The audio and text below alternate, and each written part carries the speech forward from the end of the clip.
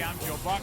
That is Troy Aikman. So much to talk about in this game, and who knew that when the schedule came out, these would be two clubs, 2 games under the 500 mark at this point in the season. But I'll tell you this, being down there on the field talking to players before the game, they were very aware of what the Giants were doing. The Giants have lost. The Giants now have 4 losses going into their bye week. This is an opportunity for one of these two clubs today. Yeah, I mean, the season's really out in front of both of these teams, and who would have thought that both of them would be 3-5 coming into this matchup? And you ask yourself, how did that happen? I mean, both of these teams are awfully talented, a lot of explosive players. Well, I'll tell you, they haven't held on to the football. They haven't scored points when they've gotten into the red zone, and they have not been able to protect their quarterback. I think in a game like this, when things are going against you, it's important to start off well and start off fast. We'll see how that plays out here in this game. Yeah, something the Eagles have not been able to do all season long. Nobody's feeling more pressure these days, especially around here, than Michael Vick. For more on that, down to Pam Oliver. Well, Joe, Michael Vick is expected to get hit today, but he says he's ready. His approach for the game, be calm, be bold, most of all, trust in the offensive system. How does he do that? Not be jittery behind that makeshift offensive line? Well, he says you have to take what the defense gives you. Take some shots down the field when they are available, but mostly get that ball out fast. Back to you. All right, Pam, thank you. We have found out a few things here today. A, the public address system really works here in Philadelphia at this stadium. It's been ear-splittingly loud, and we also know the Giants have lost. And so they now have a record of 6-4. They have a bye week next week, as we said a moment ago. And so whether you're Tony Romo and the Dallas Cowboys 3-5, or you're Michael Vick and the Philadelphia Eagles and Andy Reid, who's under fire, 3-5, what an opportunity here, despite the record, despite the time in the season, despite the schedule ahead, which is, by the way, very favorable for the Dallas Cowboys and, for the most part, to the Philadelphia Eagles the second half of the season. Glad you're with us as the Eagles will start with a football. And Boykin, the rookie, from about 2 yards deep in the end zone, takes it out to the 18-yard line. Alex Albright on the stop, and we will check in with Michael Vick. And this Eagles offense, in Troy, they have redefined the phrase makeshift for this offensive line. They're trying to find guys seemingly every day to protect Michael Vick. It's been a real struggle throughout this season, as we know, and it really showed itself last Monday night at New Orleans. Michael Vick was sacked 7 times in that game and hit numerous other times.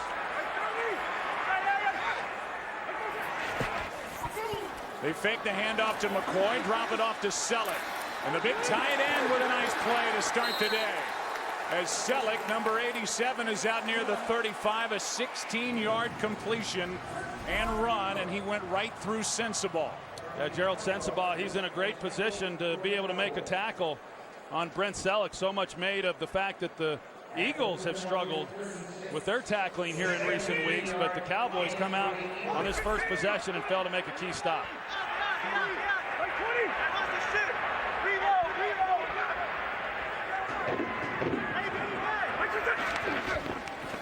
Two tight ends in the formation. Pass is caught. That's Jackson. Spins out of bounds near another first down. They're going to mark him with a gain of 9. Brandon Carr is out there defending. And let's look at this offensive line. It is nothing like they thought it would be at this point in the season when they started 2012. There are changes all over. A lot of changes. Evan Mathis is the only guy coming into the season who is still the starter. And then, of course, Demetrius Bell came in last week for Todd Harriman's at right tackle. He is starting on the left side today. And then they move King Dunlap to the right tackle position. Vick. Time runs out, and he throws it away in the direction of Havili, the fullback. And Vick ends up on the ground. He is holding his left arm a bit as he gets up. You're going to see the game up front defensively for the Cowboys. They just run a simple defensive end twist with the outside linebacker, and Evan Mathis, who we were just talking about, fails to recognize it. He doesn't come off of his man and pick up DeMarcus Ware, and he has a free rush. He held that left elbow. He landed on it when he was knocked down, and no quarterback's been knocked down more this season than Vick. Cowboys came across early. They do throw a flag and a first down pickup by McCoy anyway. Jason Hatcher came across before the snap, and it's a first down either way you look at it. Well, the Cowboys come into this game as one of the most penalized teams in football. Defense, 5-yard penalty, first down. Let's go back to that pressure by Ware and Vick, who landed on that left elbow. And he cradled it immediately as he sat up. He has been battered and bruised.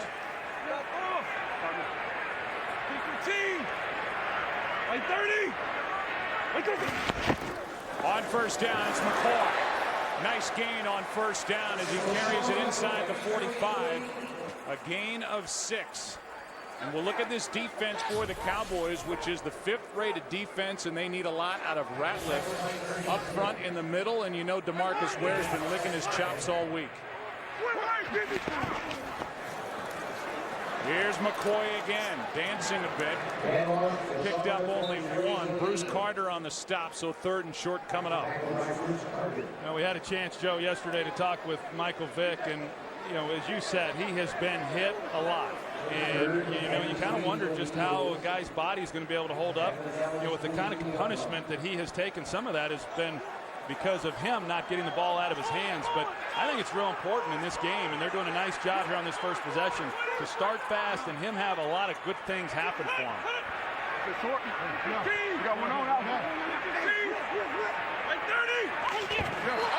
Hatcher did it again.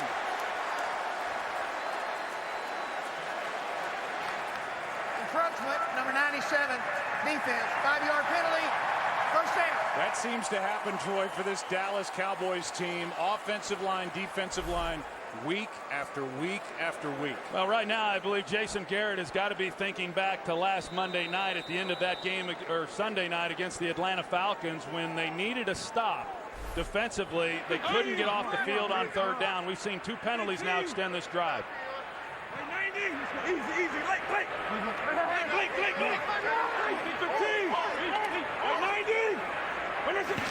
On first down, handoff is to McCoy, and he gets knocked down.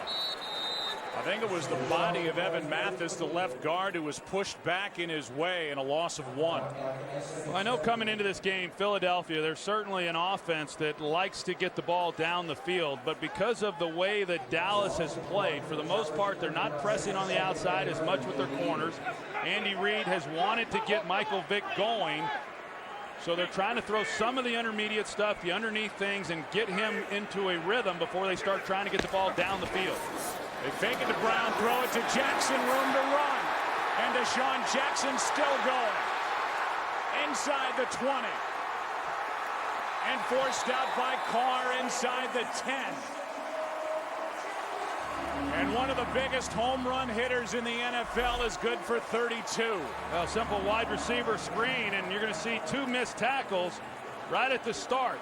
I mean, he's going to pick up some yardage, but 2 guys right there fail to make a play. DeMarcus Ware is one of them, and then Brandon Carr comes over at the end. He takes a bad angle, and Deshaun Jackson able to get even more yardage on it, and you see that Jackson almost had that ball stripped. Ware almost knocked it out. Danny McCray, the safety, had a bad angle too, and it's a 1st and goal from the 7. McCoy. Selleck lost his helmet, and McCoy is brought down inches outside the 5, a gain of 2. Josh Brent was there to stuff it, and there's already blood on the jersey of Brent Selleck, who made that initial catch to start this drive. See Brent Selleck there, 87. The helmet just comes off. I comment on it. It's hard to imagine a helmet coming off that easily, but it certainly did with Brent Selleck. The red zone has been such a problem for the Eagles. 2nd and goal. Vick steps up and dives maybe inside the 3. Victor Butler on the stop. This is the 30th ranked red zone offense in the NFL. That's what they did last week against the Saints, but what has crushed them, 6 red zone turnovers. And they've only been 39% on goal-to-goal scoring touchdowns. That is by far the worst in the NFL. They're goal-to-goal here, 3rd and goal.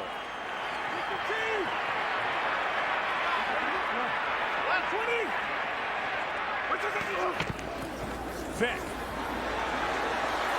Wow, what a catch! Touchdown! Riley Cooper has his first of the year.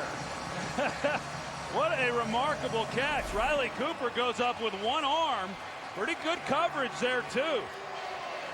And he hauls it in with one arm, and then it's a matter of whether or not he gets his feet in.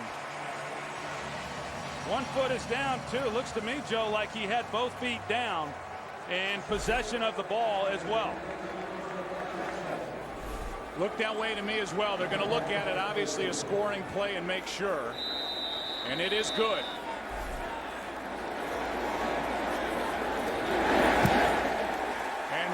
Makes it 7-0, exactly what the Eagles needed.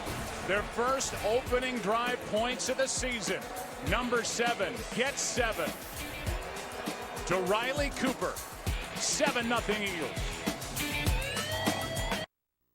Today's game on Fox is sponsored by Southwest Airlines. Find our fares online only at southwest.com. How about Riley Cooper, just his 3rd catch of the season? Riley missed the first 5 games of the season, and he's a big target. It's 6'3", over 220 pounds, and so he's a guy they like down in that area, and that was a magnificent catch on his part. Yeah, he's really only the only big wide receiver they have for the red zone, and he hauled it in. A thing of beauty. Dunbar will take a knee. The drive for the Cowboys down 7-0 will start at the 20. Vick flipped it. Cooper hauled it in. 7-0 Eagles. Today's game is sponsored by Bud Light, the official beer of NFL fans. Here we go. Let's see how the Cowboys answer with their first possession. They start on the ground with Felix Jones and a nice run on first down of 4. We look at Tony Romo, who has the 13 interceptions, the 2 fumbles lost. A Dallas team that's given the ball away 19 times, tied for the 2nd most in the NFL. Yeah, when you see those 13 interceptions by Tony Romo, you have to remember that 9 of those came in 2 games. And so other than those 2 games, he's not had a lot of interceptions in every game, as the 13 would imply. He's coming off an interception-free game. There's Witten. And you and I did Jason Witten and the Cowboys against Tampa Bay Week 3. All anybody was talking about, what's happened to Jason Witten. He had the lacerated spleen. He had all the drops. He's been a machine ever since. And there's the offensive line protecting Tony Romo.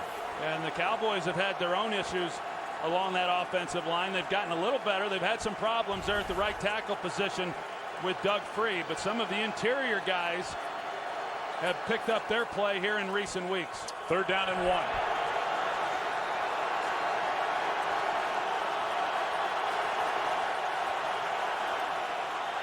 Romo rolls and finds his man Austin for a first down. Take a look at the defense for Philadelphia. They check in 15th overall. Lately, they've struggled stopping the run. Something they were very good with earlier in the season. They start that rookie Fletcher Cox up front. And people wonder if Michael Kendricks has hit that rookie wall. He's going to have his hands full today trying to cover Jason Witten. Well, I really think, Joe, when you look at the Eagles, they've not been able to get after the quarterback with sacks. If they're going to win this game today, I think that's going to have to change. They're going to have to be able to get pressure on Tony Romo. False start. False start, number 68, offense. 5-yard penalty, still first down. They get Doug Free. That is his 7th false start of the season. And what did Jason Garrett tell you about Doug Free? He's got to get going. Well, they got to get him going. There's no doubt. And last week they did a much better job of protecting Romo. They just have not been able to get that running game going. It's been several weeks. DeMarco Murray missing his 4th straight game. And the last time he played was really the last time the Cowboys have run the ball effectively. That was against the Baltimore Ravens. On 1st and 15, handoff is to Jones. And a nice run on 1st and 15. He got 13. Kurt Coleman on the stop for Philadelphia. Well, Tyron Smith, the left tackle, who was the right tackle last year, you're going to see him come up here, and then he's going to go up to the second level. He helps out with Nate Livings there at left guard, and then he comes up to the linebacker level. That's a great job of combination blocking by Tyron Smith and giving Felix Jones a nice hole to run. So from 1st and 15 to 2nd and 2. They fake the toss, hand to Vickers, the fullback. And Lawrence Vickers takes it down inside the 45. And it's been a 4-game slide for this Philly defense stopping the run. And so far, it's been a good opening possession for Dallas running it against the Eagles. Well, Lawrence Vickers with just his 2nd carry of the season. No wonder he was so open. They weren't expecting him to get the ball. Back-to-back 13-yard runs. One by Jones, one by Vickers. Now it's Dunbar in at tailback. And he gets it on a toss. Little guy, he can scoot. And cuts it down inside the 40 to the 38. Let's go for a game break. Here's Patrick O'Neill. All right, Joe, thanks. Rams at the 49ers. San Fran, known for its defense, hasn't allowed a touchdown for the last 5 games until right there. That's Sam Bradford to the rookie Brian Quick out of Appalachian State, 36 yards in St. Louis. An early lead at Candlestick, 7-0. Joe, Troy, and Pam. Rams coming off their bye week, trying to work the rookie Quick into their offense a bit more. Good start there. 2nd and 5. Handoff to Dunbar. He's got some room and now cuts upfield. As that room ran out, Asamoah was the first one there. He stopped him initially. A gain of 3, 3rd and short coming up. They try bringing John Phillips, the tight end, to block and try to keep really the carry inside of that block, but they were able to get outside contained. Still weren't able to get much out of that run. Cowboys are right on the edge of field goal range. It's 3rd down and 2.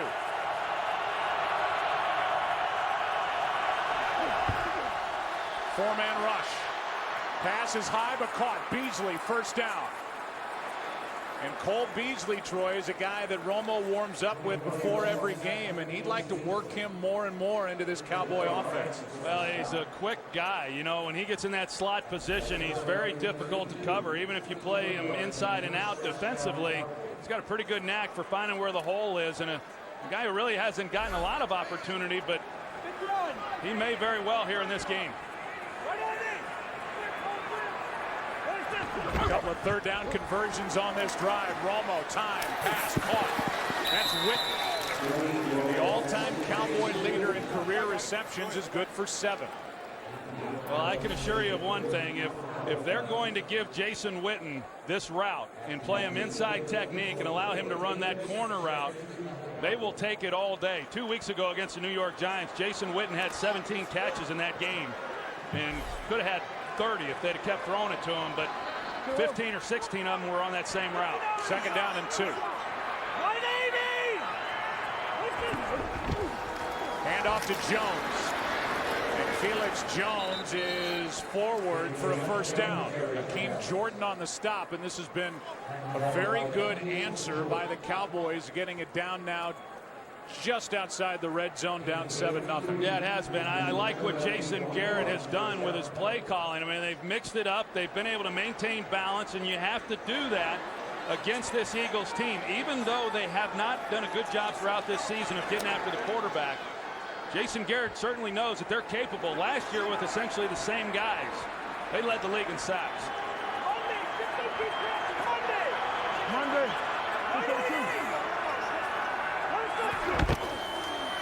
Delayed handoff to Felix Jones, barely got it to him.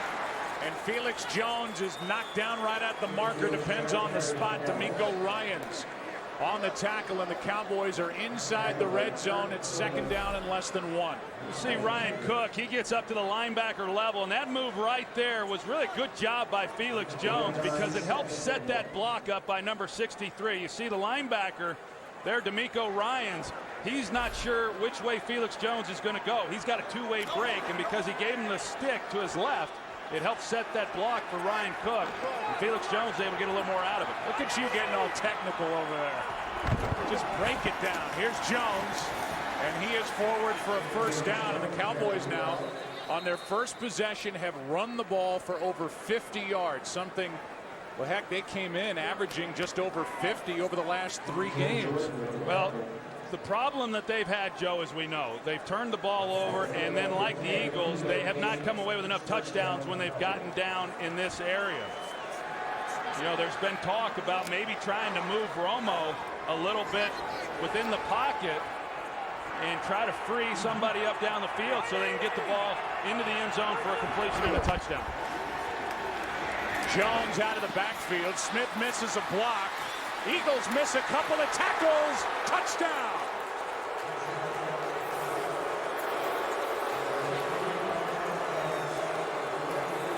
And this crowd lets the Eagles defense hear it for more missed tackles by this defensive group, and there's Asamoah right in the middle of that problem again. There's 3 or 4 missed tackles right there. Nate Allen has the first shot at it. Asamoah has to make that play, and he's coming off a game to where he did not tackle well at all, and this team overall did not, and that's why they're able to get the touchdown to Felix Jones. That's Felix's first touchdown reception of the year. Should have been stopped for no gain. And this to tie it. So 2 desperate teams coming into this game. Philadelphia went right down the field and scored a touchdown. And mainly on the ground, the Cowboys answer. It's a touchdown pass for Tony Romo, and we're tied at 7. Today's game on Fox is sponsored by Jeep Grand Cherokee. By K Jewelers, every kiss begins with K. And by AT&T, the nation's largest 4G network. AT&T, rethink possible. Ben Franklin Parkway here in the city of Philadelphia, and while the fans packed into the stadium were excited to watch the Eagles go down and score their first opening possession drive points of the season, then they'd watch their defense on their second defensive coordinator of the season give up 7 the other way. And so they've got questions on the offensive line, but they've got a ton of questions defensively. More missed tackles. We're tied at 7. Philly with the ball.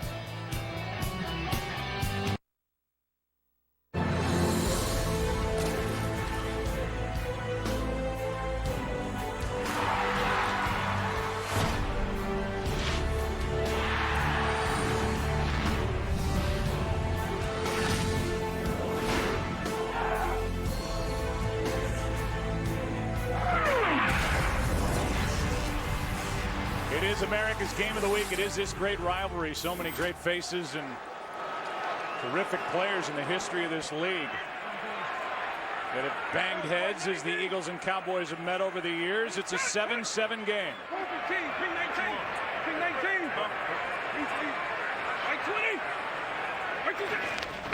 Starting at the 20, it's McCoy. We saw Ben Smith hit you in that little video piece. You told me last night you've never been hit. Look at that. Ben Smith, just how far did you fly? Well, look at the safety comes in at the end of this, and I'm out of bounds, and that wasn't a penalty. No? No. It was a little different then. They didn't have the protection on the quarterback quite like they do now. Wonder why your eyes roll all the time they throw these flags on hits on quarterbacks. Born too soon. 2nd down and 4. Vick. Macklin can't hang on. And he got dumped by Charlie Pepper. And Macklin can't get up. Pepper inactive the first 2 games after they added him to the roster, a former Green Bay Packer.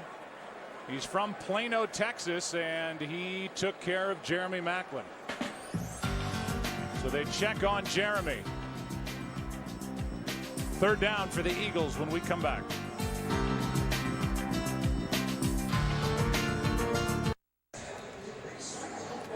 Jeremy Macklin popped up and walked off the field. Appears to be okay as they look at him and talk to him on the sideline. It's 3rd down and 4. Tie game under a minute and a half left in the opening quarter. Vick rolling to his right, and he is brought down. Looked like just a straight quarterback run. Anthony Spencer on the stop. No gain. It's 4th down, and the crowd didn't like that call. Yeah, I didn't either. It didn't look good right from the start, really. I mean, if you're going to try to do that, you certainly have to then be able to block Anthony Spencer, and they turned him completely loose. Michael Vick had no opportunity whatsoever. You know, really offensively, the Eagles have come into this game on the first 2 possessions and have done what they had hoped to do. Of course, they came away with a touchdown on the first drive, and the ball to Jeremy Maclin, I don't know what the injury is or how badly he is shook up, but that's a ball that he should have caught. Goes down as a running play, no sack. McBriar, the former Dallas Cowboy, hits it. Harris from just outside the 30 to the near sideline, and he is knocked down at the 35 by Nate Allen. 4 yards on the return. Half a minute to go, opening quarter. Cowboys with the football in a tie game in Philadelphia.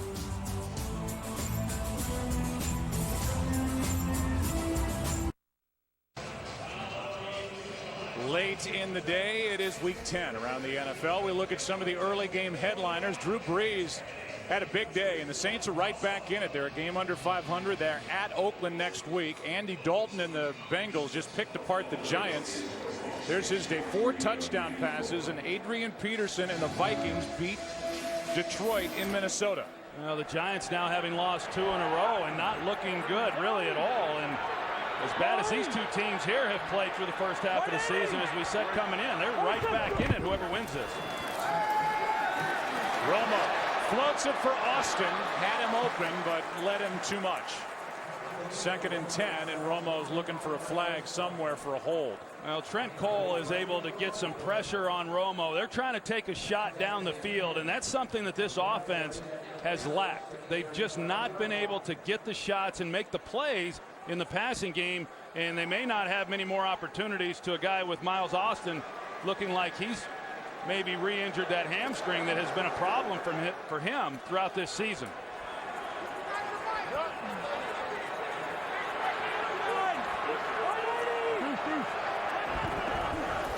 Dunbar gets it, and Dunbar takes it out to the 40. Gain of 5, and that could be it, and will be it for the first quarter. These are 2 teams that had combined to score only 27 first quarter points all season. Each team scored in their first offensive possession of this one, a big one in the NFC East. It's America's Game of the Week. Cowboys and Eagles tied at 7. Back after this from your local Fox station.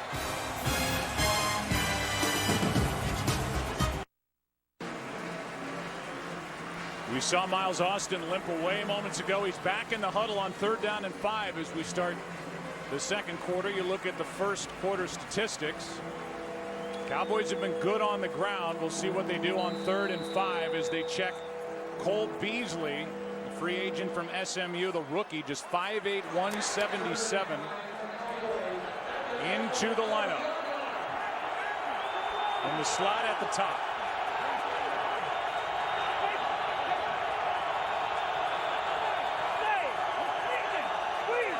Tony's going to like that matchup with Cole Beasley. There's no help over the top with him. Romo, sideline. Bryant overthrown. And it's 4th down. You know, 3rd and 5 there, and the Eagles decide that they're going to just match up one-on-one across the board. And, you know, Romo then wanted to take a shot to Des Bryant. He's their big receiver, and see if he can maybe beat a guy and make a play. And a good job defensively there by Philadelphia getting off the field. For Dallas, only their 14th 3-and-out all season. 3rd fewest in the NFL in that category coming into the day as Mormon hits it. With Johnson waiting for it. And DeMaris hauls it in on a fair catch after a 42-yard punt. Let's go for an update as the Eagles offense comes back onto the field on Jeremy Maclin. Here's Pam. That's right, Joe. Jeremy Maclin, he actually underwent a concussion test while he was on the sideline, but they don't believe that's what it is. They've taken him in to take a look at his neck, and he just run right past me, so he's back. He's back on the sideline. We'll see if he gets back on the field. 1st and 10, Philadelphia tied at 7.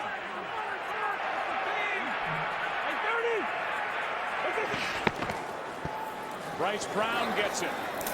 And he is ripped to the ground by Carter. Bruce Carter, who has taken over the communication defensively with the absence and the injury to Sean Lee, and they really like this second-year linebacker out of North Carolina. Yeah, they really do. I mean, you can see his play really improve each and every week. He's a really dynamic player. He's very explosive. He's strong. He's fast. And, you know, Rob Ryan told us several weeks ago that he thought Bruce Carter was further along at this stage of his career than Sean Lee was at the same stage. And that's saying a lot because Sean Lee is held in the highest regard in this organization. Macklin's back out there. They set up a screen for McCoy. And LaShawn McCoy is out of bounds with a Philadelphia first down.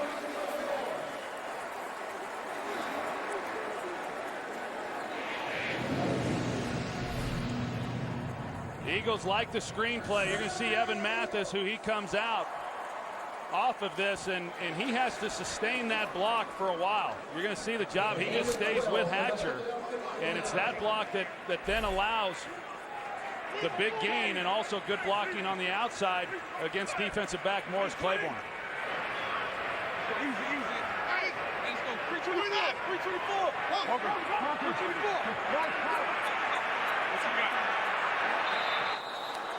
With the play clock winding down, trying to change the play at the line.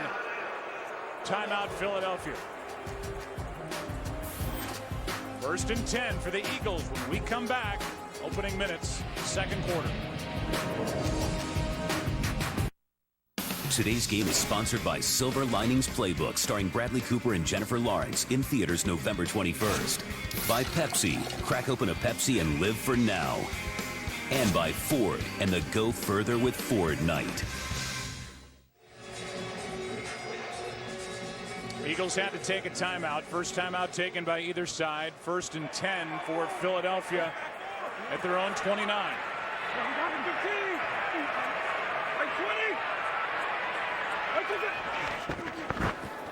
Vick takes off like a designed quarterback draw, and Vick gains 3.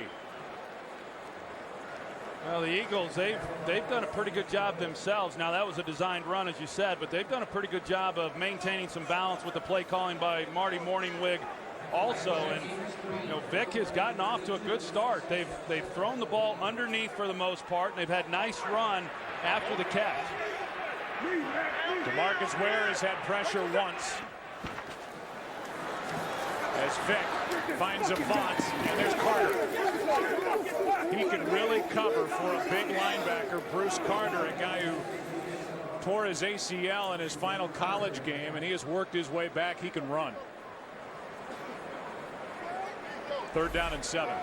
Anytime you play the Dallas Cowboys, you've got to be able to control DeMarcus Ware. They got 2 guys on him, chipping on him, and actually Michael Vick could have stayed in the pocket. It was good protection inside and gotten the ball down the field and not have to settle for an underneath throw. Penalty flag flies. Looks like it's on Dallas, and Vick is going to dive forward too short for a first down, but it appears a free 5 yards is coming on the 3rd offside against this Dallas defense. Yeah, it sure is, and I'm not offside, sure that number 24 defense, 5-yard penalty, still 3rd down. I'm not real sure that Michael Vick knew. It was Morris Claiborne. He's anticipating the snap, and that's one of the things that these corners for the Cowboys will do. They'll occasionally try to come up and jam the receiver. They don't do it all the time. And so as a receiver, you're unsure as to whether or not when that guy's pressed, if he's going to try to jam you or if he's going to turn and bail. That time they got Claiborne off sides. I don't know that Vick knew it. Otherwise, he probably takes a shot down the field knowing he had a free play. Blitz coming. Pass is out of the reach of LaShawn McCoy. And it was the former Eagle Ernie Sims who came through untouched that forced the early throw. This should never happen, and it happened with regularity last week. Watch Dennis Kelly, the right guard, who's taken over for Danny Watkins. He has got to squeeze this and cannot allow Ernie Sims a free run right up the gut on Michael Vick. Now, having said that, you know, Vic's a good enough athlete and a good enough player. You can deliver that throw where it's complete, but he should never have had to get the ball out that quickly. Cowboys bust coverage, but because Kelly doesn't, they call that a gap block, because he doesn't do that, Vic has to get it out sooner than he wanted. McBriar to hit it. And he hits a beauty. Maybe too good. It is. Cowboys will start at the 20 in a 7-7 game. 11:40 left. First half. Vic had a chance. Ernie Sims forced the quick throw. How about this development? Either on the running play on that free third down or with the pressure by Ernie Sims falling on top of Vic at the end of the play. He's got to leave. And they're going to check him in the locker room as Nick Foles, the rookie quarterback, starts to warm up on the sideline. Here's Felix Jones, good for 2. Here's the play before. This is on the free third down run as Ratliff falls down on the back of Michael Vick, who falls on the football. And then there was pressure at the end on that blitz by Ernie Sims. And so we may see the NFL debut regular season of Nick Foles. It looked like Michael Vick might have even hit his helmet, you know, the back of his head on the ground at the end of that last third down play with Ernie Sims. Romo just shovels it forward and somehow gets it to Felix Jones for a positive play on second down. That was good for 4. Here is the eventual third down blitz, and right at the end of it, yeah, Ernie Sims is trying to hold him up, but right at the end of that, as he's going to the ground, you see his helmet snap into the turf. We'll find out exactly what it is that they're checking on Michael Vick, but it looked to have happened on one of those 2 plays. Third down and 4 for Dallas.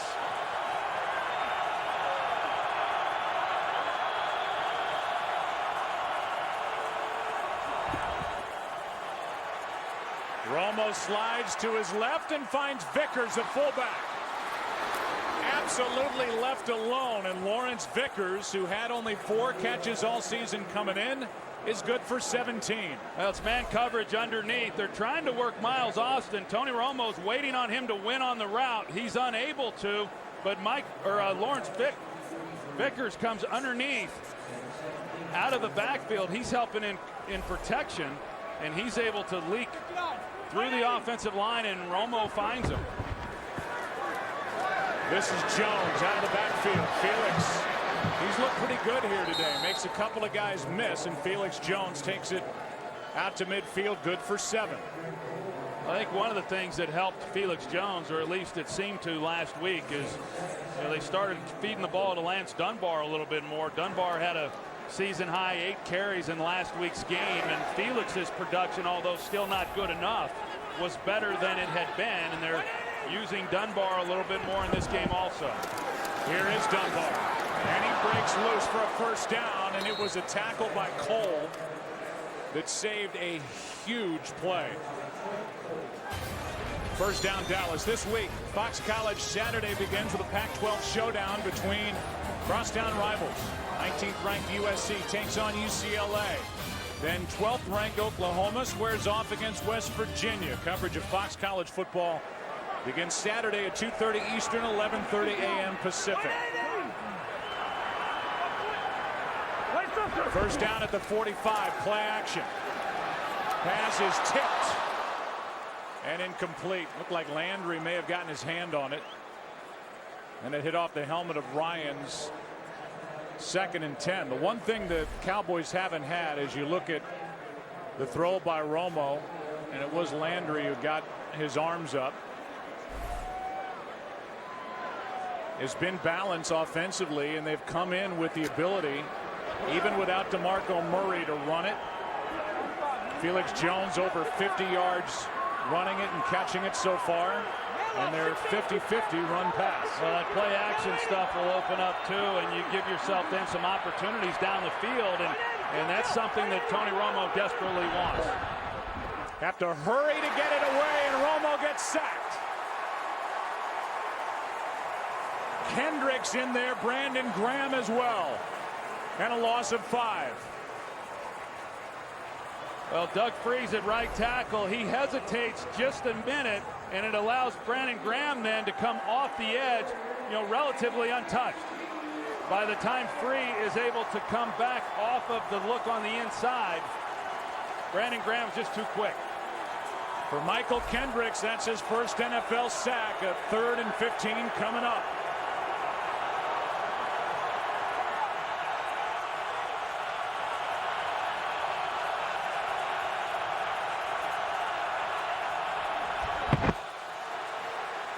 Romo goes down.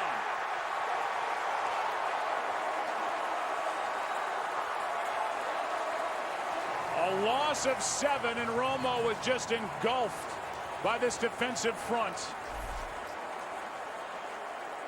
You see they get beat inside, but they've got safeties deep, and so you've got coverage playing over the top. You got man coverage underneath. It's very hard to shake that free as a wide receiver, and then the left guard, Nate Livings, gets beat. And pressure right in the face then of Tony Romo. Colin Jenkins was there. He wasn't alone. The rookie Fletcher Cox. Here's a shank off the foot of Mormon. But it takes a decent Cowboy bounce. And the Eagles will have it. And when we come back, news on Michael Vick. This crowd salutes the defense and now salutes Nick Foles coming into the ballgame. The rookie will take over. Tied at 7. Today's game is sponsored by the Samsung Galaxy S3. The next big thing is already here. 6'6" rookie Nick Foles is into the game. He had a great preseason. That's when these fans wondered what might be. And as Vic has struggled during the season, they've called for Nick Foles. Will they get him? Had a 110 quarterback rating in the preseason. Out of Arizona, he'll start his day with a handoff. That's McCoy doing all he can, and LaShawn McCoy first met by DeMarcus Ware, no gain. Let's go down to Pam Oliver. Well, Joe, Michael Vick is being evaluated in the locker room. They're checking him for a concussion. Now, his helmet came up and hit him in the eye, and he lost some vision as well. We'll let you know if we find out more to update you. Back to you. All right, so Vick is out. They're checking him for the concussion, and Nick Foles,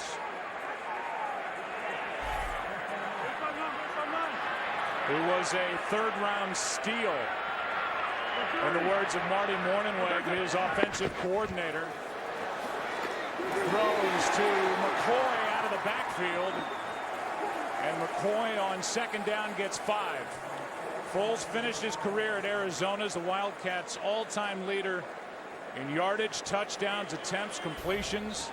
They got him in the 3rd round, and there are his numbers as a Wildcat. Well, things just got a whole lot more interesting for offensive coordinator Marty Mornhinweg as far as how he's going to call this game with a young rookie quarterback who's never played. And trying to protect him. They come out on 1st down, run the ball, 2nd down, a quick screen to the outside.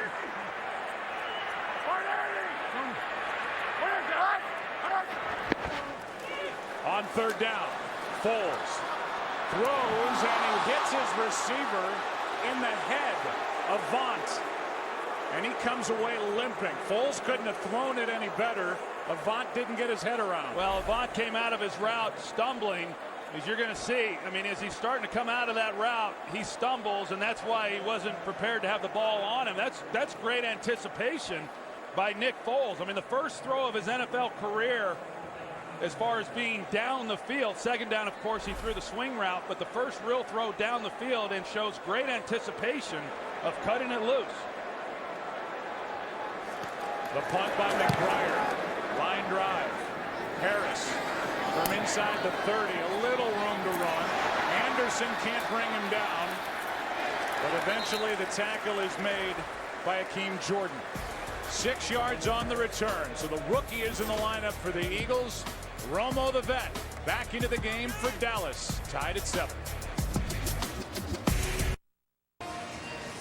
So with drama on the other side of the ball, with Nick Foles taking over for Michael Vick, they check him for a concussion.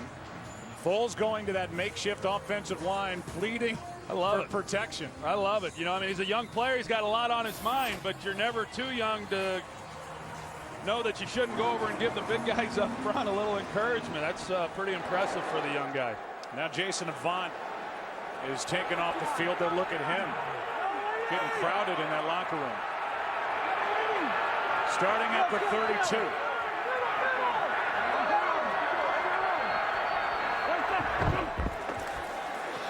Romo. Down the field's got Bryant.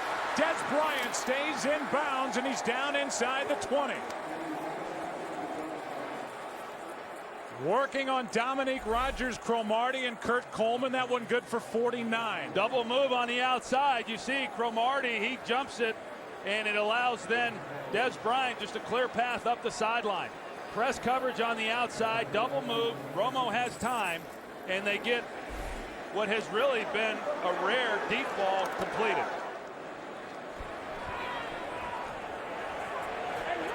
A Philadelphia defense that came in with only 11 sacks all year. They've got 2 so far, but Romo had protection there. Dunbar, right side, got the edge, and on first down, picks up 3. Let's go down to Pam Oliver. Joe, just a couple of updates on some injuries. Michael Vick, he does have a concussion, and he obviously will not come back. Wide receiver Jason Avant has a hamstring. He is doubtful. Back to you. All right, so now one of the weapons on the outside, Avant, is lost to the rookie Foles, and the rest of the game belongs to number 9. That's when Philly's got the ball. Now Troy circles Des Bryant. Here's Witten on a tight end screen, and Witten is going to take it just outside the 11. Got 4, 3rd and short coming up. Nate Allen on the stop for Philadelphia. Under 5 to play in the first half, and what's turned into a pretty fun game. Yeah, it has. You know, I mean, I like what, of course, now things that we said they've changed on the other side of the ball for the Eagles, with Foles coming into the lineup, but I like what both of these play callers have done here in this first half.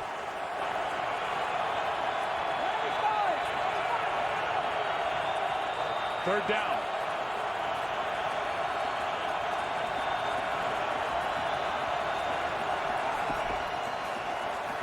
Romo.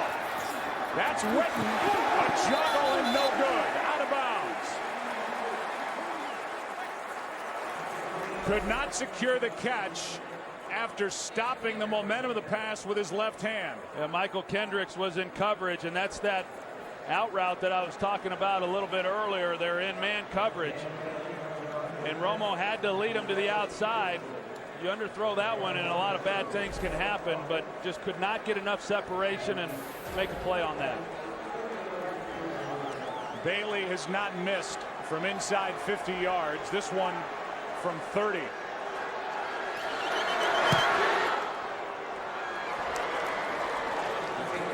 And the Cowboys have their first lead of this important game. 10-7.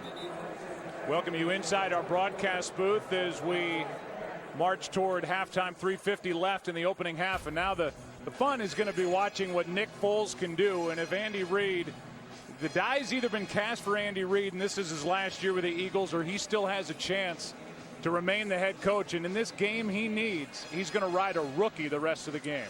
Yeah, well, I mean, it was a small sampling, but I like what we saw there of Nick Foles. Now he's without Avant, as Pam Oliver reported, but they like this young man, as you would expect. He played well in the preseason, but there's obviously the bit of an unknown. And you know, during the season, when there was a lot of talk about whether or not Michael Vick should remain the starter, one of the reasons why he did remain the starter was you never know what you're going to get with a young quarterback, but now they're going to get to find out. And someone who does not get a lot of work in practice, you know, those reps with that #1 offense go to the starter, and that's been Michael Vick. So he's in an important ball game with limited amount of time in preparation since the preseason. And let's say this again, it is the makeshift of all makeshift offensive lines in front of him against a Dallas defense with a guy named DeMarcus Ware who likes to go get quarterbacks. Here's a return by the rookie Boykin.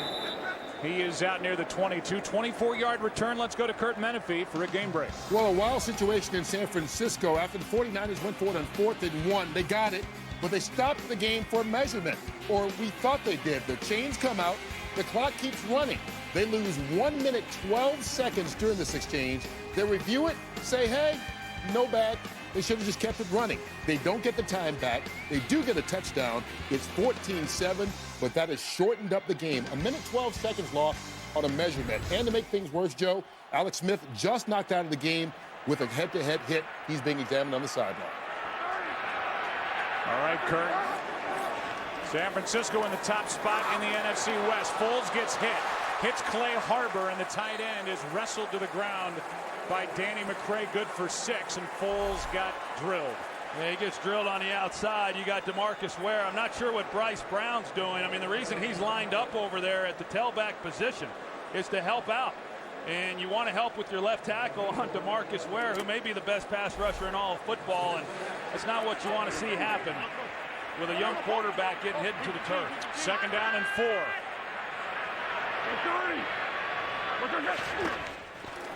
Play action from Foles over the middle. Pass caught. 1st down. Penalty flag flies as Brent Selleck picks up a 1st down, but this looks like it's against Philadelphia. Well, Demetrius Bell, he made a nice tackle there at the left tackle position. Number 77, offense, 10-yard penalty, still 2nd down. We saw DeMarcus Ware come to the outside. This time he sets him up. He comes underneath, and Bell is out of position, and so clearly a grab and hold.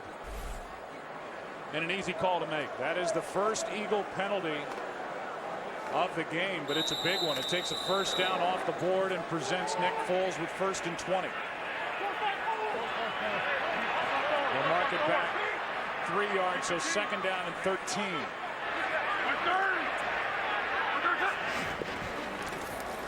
And Foles almost picked off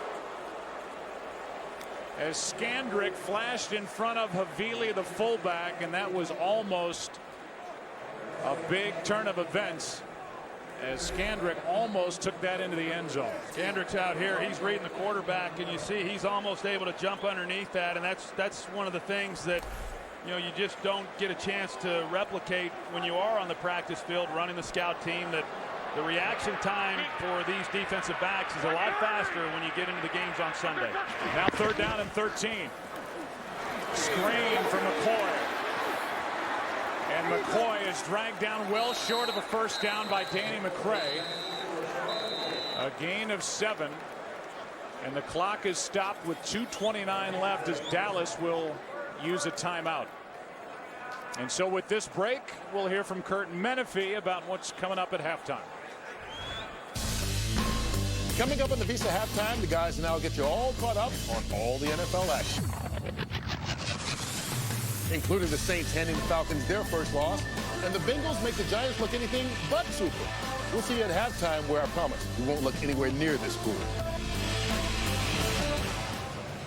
Is Quentin Tarantino directing halftime now? Like Reservoir Dogs. So Nick Foles almost threw a killer interception. He had a 1st down throw that was erased by that takedown by Demetrius Bell on a hold on DeMarcus Ware. So now Dallas leading by 3 with 2.5 to go opening half. Will get it back. They have 2 timeouts remaining. McBride to punt.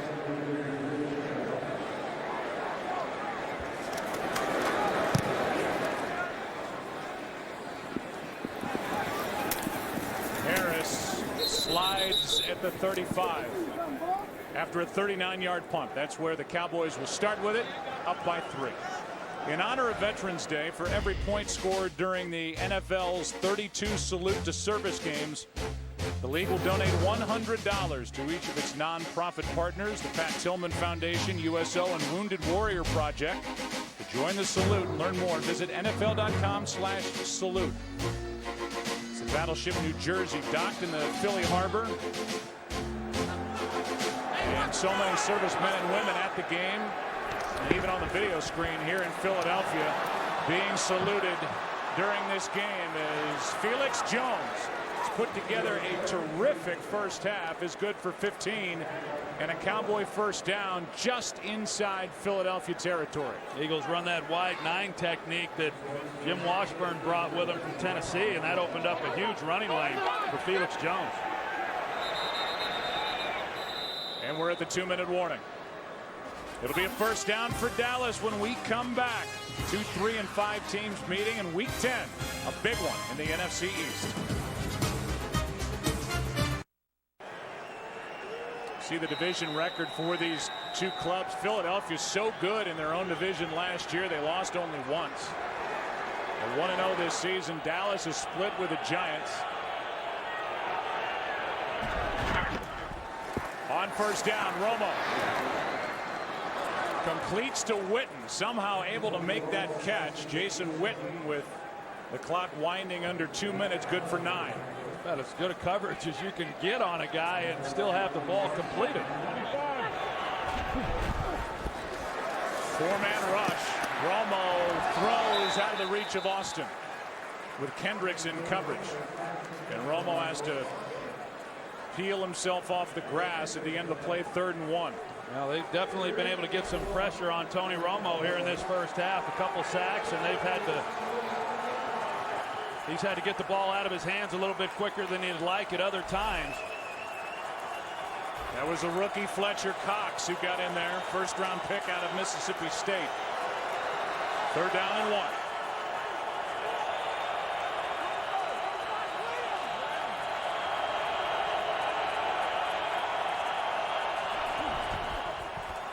Four-man rush. Romo throws, but short of a first down. It's Witten, and he was covered extremely well. D'Amico Ryans was in there.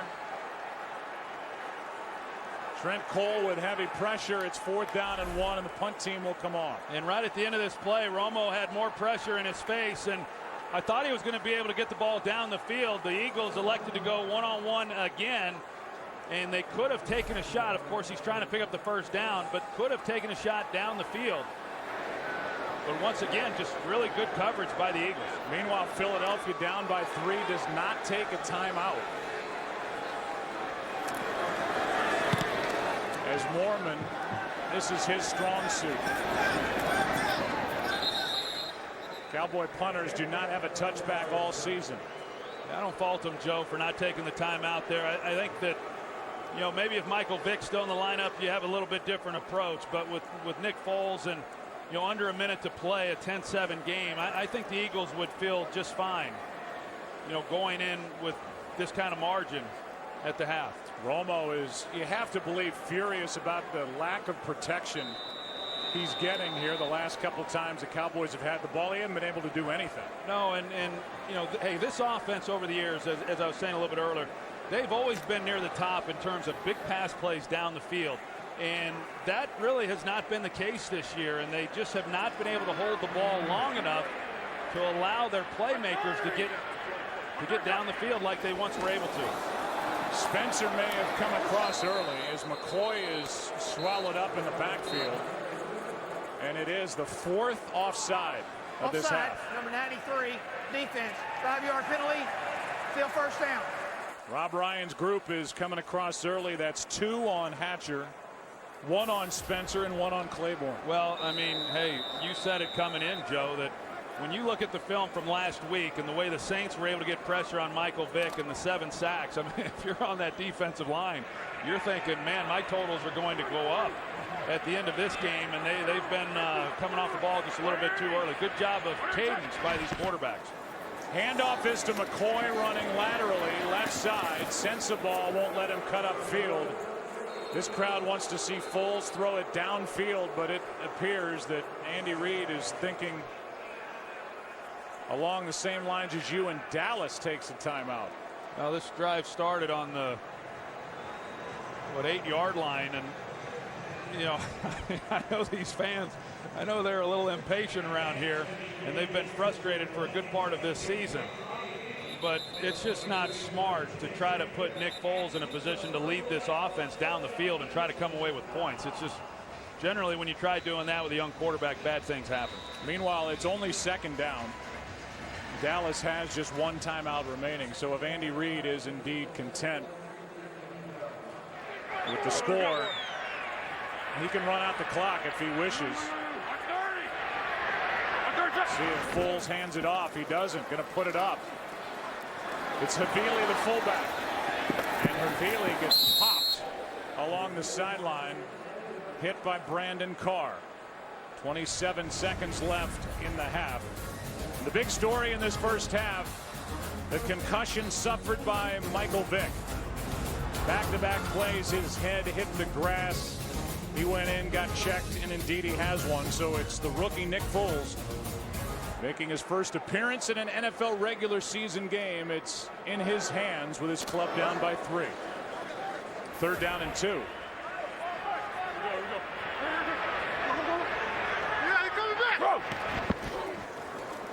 Now Dallas has a timeout left. They can take it here.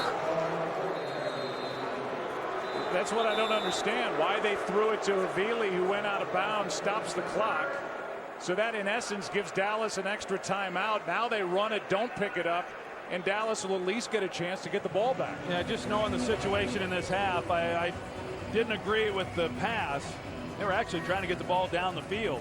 But they come to Havili. He doesn't stay in bounds. He goes out of bounds, stops the clock. But if the thought was, hey, let's be conservative, then just run the ball, run the clock out, and go in at halftime down 3 points. Now you're going to end up giving the ball back to Dallas with a chance to come away with potentially with some points of their own.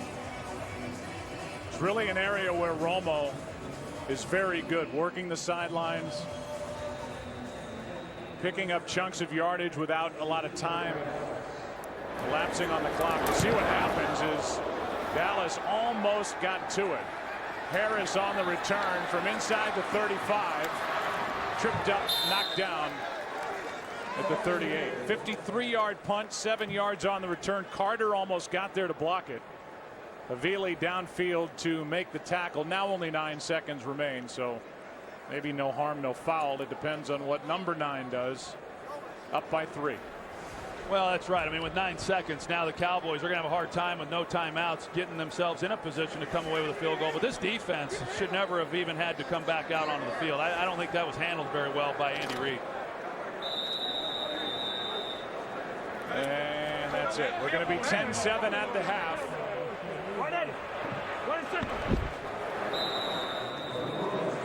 With Dallas on top, 2, 3, and 5 teams. Vick is out of the ball game for the rest of the day, and a big second half coming up. 3-point game, halfway through it. Kurt Menefee is in Los Angeles. Visa halftime is coming up. Starts right now. Welcome to the Visa Halftime Report. More fans go with Visa. As we welcome you to the Visa halftime, Michael Vick out of your game with a concussion, but he's not the only big-name quarterback to suffer that fate here this afternoon. Same story in San Francisco, where the Rams are visiting the Niners. Steven Jackson straight up the middle, 7-yard touchdown run. It's the Rams on the road, early up by 2 touchdowns. Then Alex Smith hit helmet to helmet by Joe Lon Dunbar. Initially stayed in the game, but had to leave. Concussion-like symptoms. We will keep you updated as to the reports from the 49ers. Then off to the outside goes Marshawn Lynch. Seattle hosting the Jets, 1-yard touchdown. Close game there also, 14-7. Seattle on top of the New York Jets. Well, earlier today, the Bengals blew out the Giants. The Vikings got back to their winning ways. New Orleans handed Atlanta its first loss of the season. Denver has now won 4 in a row. Tampa Bay winners of 4 of their last 5, while New England rolled past Buffalo yet again. Baltimore crushed Oakland 55-20, and Tennessee rolled in Miami. All right, when we continue, some of you will get more highlights. Others, local news comes up next. Our Visa play of the half. Jimmy Graham leading the Saints to that upset win over the Falcons. All right, here we go. Okay, where are we going? Falcons and the Saints in New Orleans. That's where we're going. All right. Matt Ryan and Tony Gonzalez, his 100th career touchdown reception. He had 11 catches on the day also. 17-14 Atlanta. Breeze to Jimmy Graham. Jimmy Graham also had 11 receptions. That's a 14-yard touchdown. His second on the day, 21-17 Saints. Now, Harry Douglas will take this pass, go down to the 1-yard line. That's a 9-yard completion, 4th down. Matt, get it in, get it in, get it in. Ball knocked away by Jabari Greer, intended for Roddy White. 31-27 Saints take care of previously undefeated Atlanta. A.J. Green and Bengals hosting the Giants. Bootleg, go right. Wide open. A.J. Green 56-yard touchdown reception. Howie, stop laughing at me. 7-0 Cincinnati. Eli Manning in the third quarter. Under pressure, moving out of the pocket. Arm is hit. Pat Sims picks it off. His score is Bengals 17, Giants 6. Third quarter. Andy Dalton back looking, and he finds Jermaine Gresham in the back of the end zone. 31-13, Cincinnati beats the New York Giants. Andy Dalton with 4 touchdown passes. Lions at the Vikings. Thank you, military, for not only the Viking family and the Lion family, but certainly your Fox family. Adrian Peterson, 171 yards rushing on the day. Got to be up for MVP. This is a 61-yard touchdown. Vikings 34-24 over the visiting Detroit Lions. Peyton Manning, there's another MVP candidate. First quarter rolling right. Normally you say, don't throw across your body, don't throw back. But if you have great vision and you know what you're doing, which Peyton certainly does, you find Stokely for a 10-yard touchdown, 7-all. And then Cam Newton sacked. This is 7th sack on the day, plus the safety. That one by Mike Adams. 36-14 Denver on the road takes care of the Carolina Panthers. You think the Bronco defender is rubbing it in Cam's face with that Superman thing? You know what, really, I'm just going to sit here. Second half of your game next.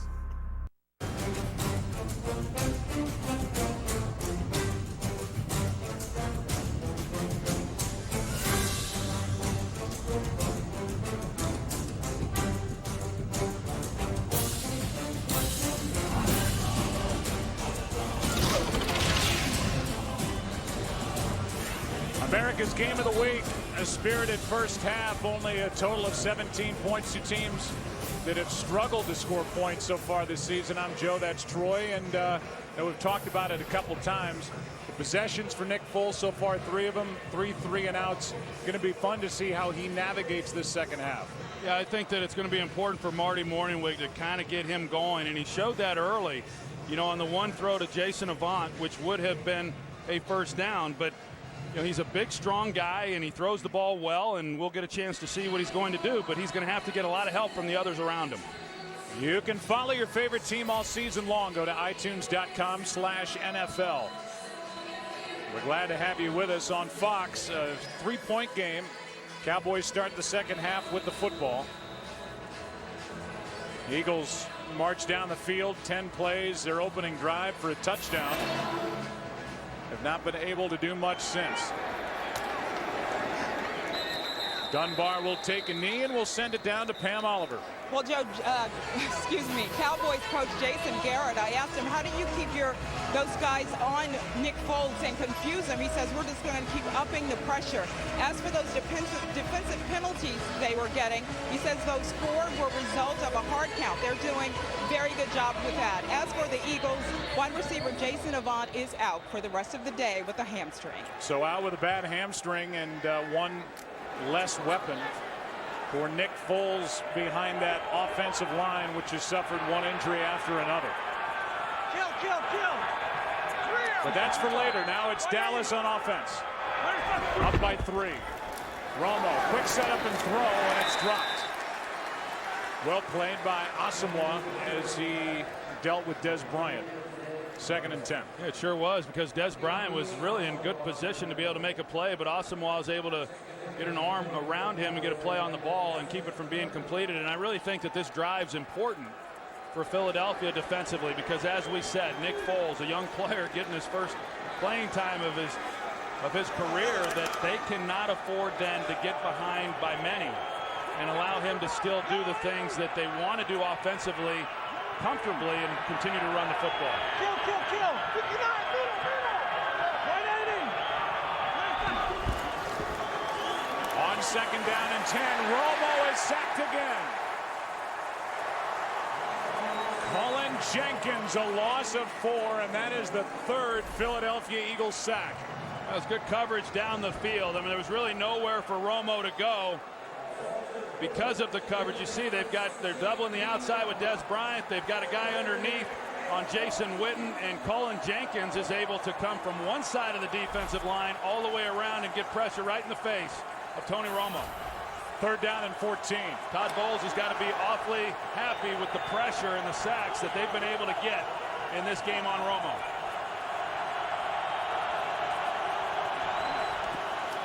A blitz. Romo slides to buy time. Nowhere to go. And Romo gets hit for good measure at the end of it. Fletcher Cox, the rookie, with all the pressure, and Romo comes off shaking his head. You see the safeties here. And so they give help on the inside. They're helping with Miles Austin. On the outside, it's one-on-one. And Dominic Rodgers-Cromartie is in good coverage. That's where Romo was wanting to go with the football, but just outstanding coverage on the outside and not allowing Romo a place to go with the ball. So 3 and out. And Foles in the offense should end up with good field position. Johnson stays away from it, and it checks up at the 39. Take a break, come back. Number 9 to work on the other side now. Down by 3. Today's Game on Fox is sponsored by Southwest Airlines. Find our fares online only at southwest.com. By Miller Lite. It's not just a good time, it's Miller time. By Nissan. Innovation that excites. And by Chili's. Best starting field position for the Eagles, who since that opening drive have had 5 drives, 5-point punts since. Only 1 first down, 4 3-and-outs. So they've been shut down. Nick Foles, quick setup and throw, and that hit.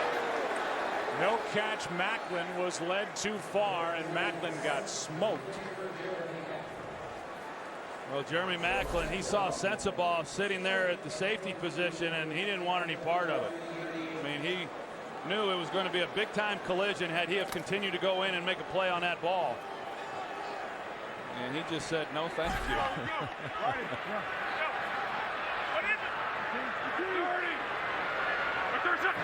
Now 2nd and 10. Foles lost it. A lot of hand checking, and a penalty flag comes flying. Actually 2. Riley Cooper, the intended target. Morris Claiborne, the rookie, was out there in coverage. Yeah, Morris Claiborne, he's one-on-one with Riley Cooper, and you see the contact that's made there. And you know, Morris Claiborne coming off a game last week where he gave up some plays on the outside to Julio Jones and Roddy White. 24 defense. 5-yard penalty, automatic first down. Looked to me at that first replay like Claiborne might have gotten Riley Cooper by his hair. It's a hold, either the hair or the jersey, and it's 5 yards and a first down.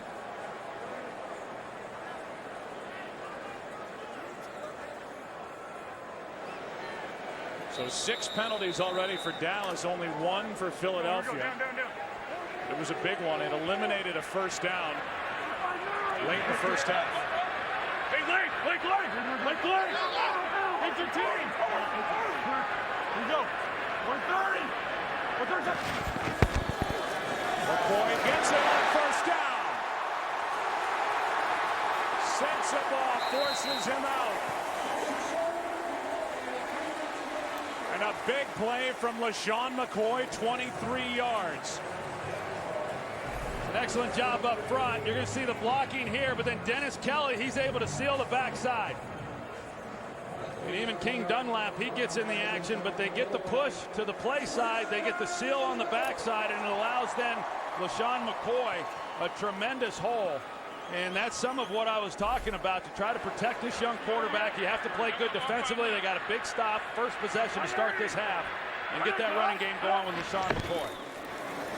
They stay with the ground game, and McCoy over the right side. A flag flies. It's a hold against Philadelphia. Holding, number 65, offense. 10-yard penalty, still first down. They get the right tackle, King Dunlap. King Dunlap has a tendency to just get a little bit lazy, and at the end of this play, I mean, he's in position. He gets his arms out extended around him, and he grabs Anthony Spencer. I mean, he's acting as though he doesn't like the call, but, I mean, clearly he's got his arms wrapped around him. So instead of a 2nd and 1 at the 25, it's 1st and 20 at the 44.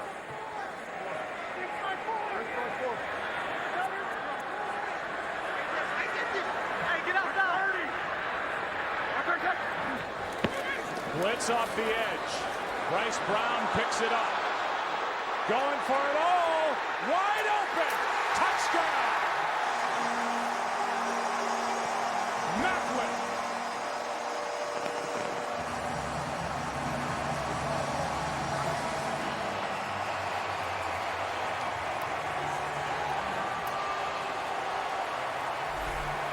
Cowboys bring the blitz. Bryce Brown comes over and picks it up. Great job in protection, and that's why Foles has all kinds of time.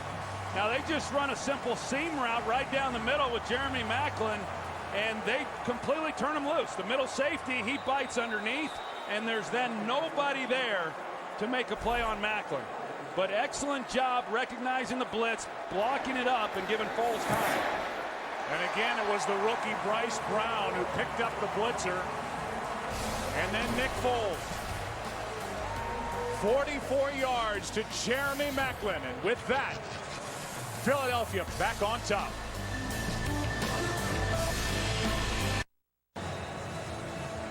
How about Nick Foles? He's got a 44-yard touchdown pass. First career touchdown pass for the rookie.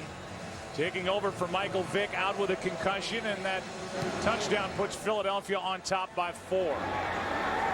Dunbar will take it out. Ball's out. Picked up by Dallas. It was knocked out by Colt Anderson. Well, and it was recovered, Troy, by Frampton. Yeah, Frampton just happened to be in the right place at the right time. As soon as the ball comes out, Frampton is there to pick it up, and that would have been a huge swing for Philadelphia had they been able to get on that ball. And now Eric Frampton is needing attention, which gives us a chance to bring in Jimmy Johnson from Los Angeles. There's a bit of a delay, but this has turned into a fun ball game here in Philadelphia, and you, sir, were a part of this great rivalry back when you started in the NFL in 1989. You and Buddy Ryan used to get into a little war of words over the years. Well, we had some tough times with Buddy. Of course, they were so good. He used to kid me. He said, hey, we used to beat up on you all the time. I said, hey, Buddy, it's no big deal. Don't be proud of yourself, because those first couple of years, everybody beat up on us. We have video. I know you saw this video earlier, which I'm sure brings it back fresh into your mind. And it's fun to watch, which will roll right now. There's a $200 bounty on Luis Zendejas. A $500 bounty on Troy Aikman. I would have said something to Buddy, but he wouldn't stand on the field long enough. He put his big fat rear end into the dressing room. I resent that. I've been on a diet. I lost a couple of pounds, and I thought I was looking good. Oh, that's got Jimmy laughing. That's got Aikman laughing to my right. I was only worth 300 more than Luis Zendejas. Talk to Jimmy in a second. First down, as Eric Frampton saved a big turnover. Delayed handoff. Felix Jones has run well in this game, and he's out to the 21. I don't know, Jimmy, if you heard Troy say that he was worth only $300 more than Zendejas, your kicker, but over the years, Jimmy, you, I know, grew a lot of respect for Buddy Ryan, and he for you. That war of words kind of settled down. Well, that was a great rivalry for us when we first came in the league. Of course, Bill Parcells had his Super Bowl team there in New York. He had Joe Gibbs at Washington. The NFC East was so strong, but the Philadelphia rivalry was as good as there was. Felix Jones carries it for 2 yards. Meanwhile, what are you seeing in this game? It looks like Dallas been able to run it a little better, and it's going to be interesting to see how this thing ends. Well, a couple of things. First of all, Felix Jones looks quicker right now than I've seen all year long, and he's playing at his best. The concern, I have is, with Dallas protecting the passer, you thought the problems would have been on the Philadelphia side as far as protection, but their protection's been fine. 3rd down and 4.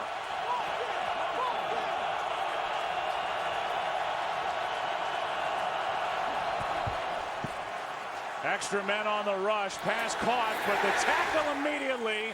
Vickers brought down by Ryans. A gain of just 1. It's 4th down. Well, you see, Romo's able to get the ball out, but really a good job by Philadelphia. Even though they block it up, they're still able to keep Romo from getting comfortable within the pocket. But because of the 4-man rush, Joe, they're able to play coverage, and an outstanding job by D'Amico Ryans making the tackle after the ball was completed. Second straight 3 and out for Dallas as Morgan punts it. Morris Johnson waiting for it inside the 25. and brought down almost immediately by Alex Albright. Jimmy Johnson, thanks for your time, and enjoy the rest of this one watching it from back in Los Angeles. All right, you guys have a great game. All right, we're in the third quarter. 4-point game. Nick Foles and the Eagles back on offense.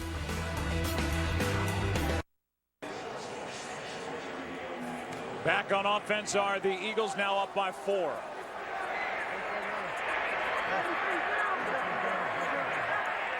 Todd Bowles, the defensive coordinator for Philadelphia, has got his defense playing better. Rob Ryan now trying to answer with his group, and this one is complete to Deshaun Jackson. Carr made a break on the ball, a gain of 8, and that was a dangerous throw. Good catch by Jackson. Yeah, it was a ball that was thrown behind, and Deshaun Jackson is able to come back and make a play on that, and really an excellent catch on his part. That's what it's going to take for Nick Foles. Big efforts all around him in a game the Eagles need. On 2nd and 2. Pass is caught. Spencer is there as Selleck can't make it back to the line of scrimmage. 3rd down coming up, a loss of 1.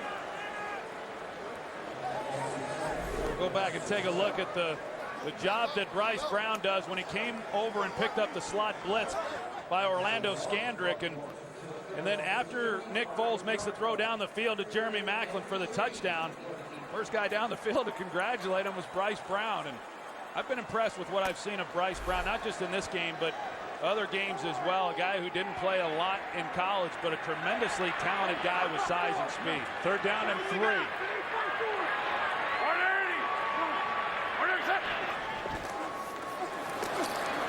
Foles. Penalty flag flies. Claiborne was working on Jackson.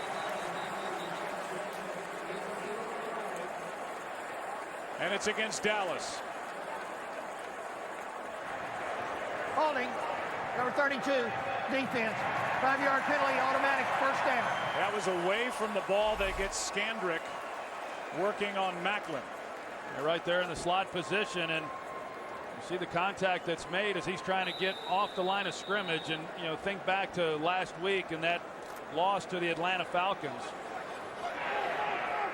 The plays that he failed to make a tackle on a key 3rd down, and then had a holding call on a 3rd down that kept that drive alive. A big penalty on that play. Foles, good pocket around him, finds Maclin.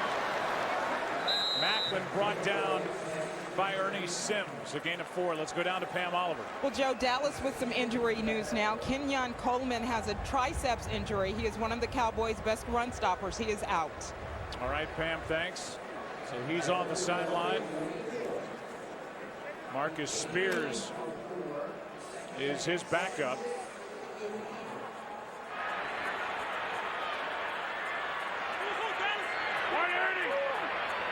Second down and 6.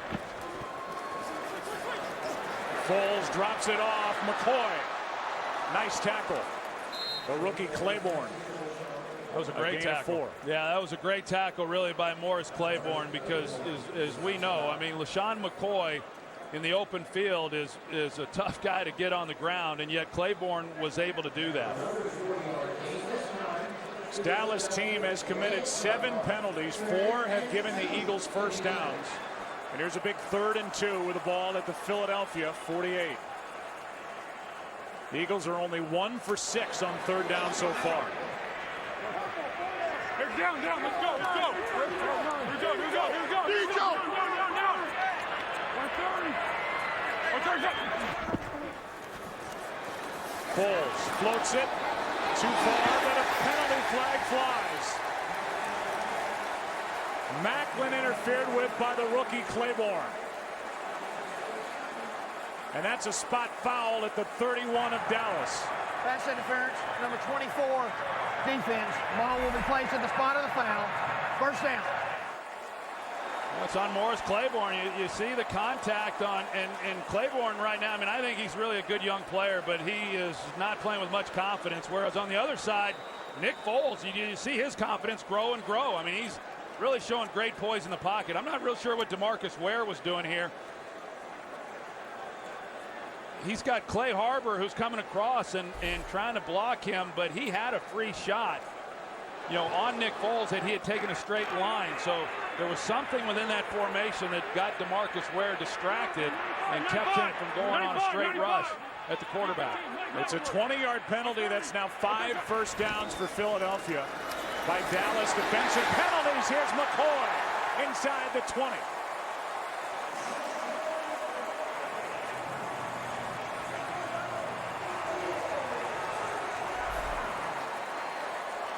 Just really nice blocking up front by this offensive line. I mean, they have taken a beating for how bad they've been and how many sacks they've given up and the hits on the quarterback.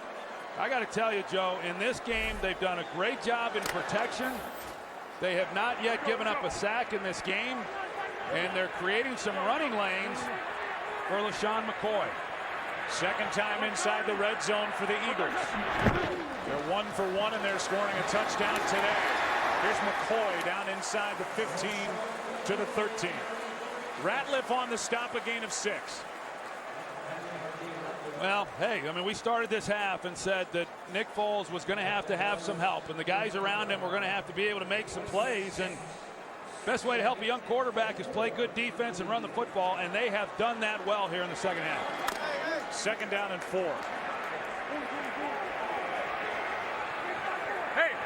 Hey, peek the team. Peek the team. Hey, peek the team. Go. Mark 30. Mark 30. They fake the handoff, find Macklin, and he is swallowed up. Skandrick was there, Spencer as well, no gain. Tell you, Joe, I am really impressed with what I have seen of Nick Foles. And I mean, more from the standpoint of the composure that he's showing and the calls that he's making at the line of scrimmage. I mean, just watching him, you would never know that this is his first game action in his NFL career. I mean, he really is showing signs like he's been here and he's done it before, and it's been impressive to watch. Playing because Michael Vick left in the first half with a concussion. Third down and 4. Just a 3-man rush. Foles slides, penalty flag flies, pass is caught. They're going to mark him at the 1, but there is a flag down. Demarcus Johnson made the catch. He lunged forward to the 1, but we have to check the marker back near the line of scrimmage.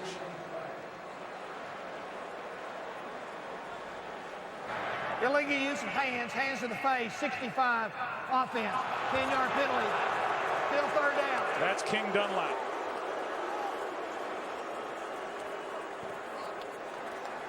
Well, anytime a helmet comes off, that's usually a pretty good indicator that there's something illegal that happened. You're going to see it right here on Jason Hatcher. He comes with the right hand to the headgear and rips his helmet off.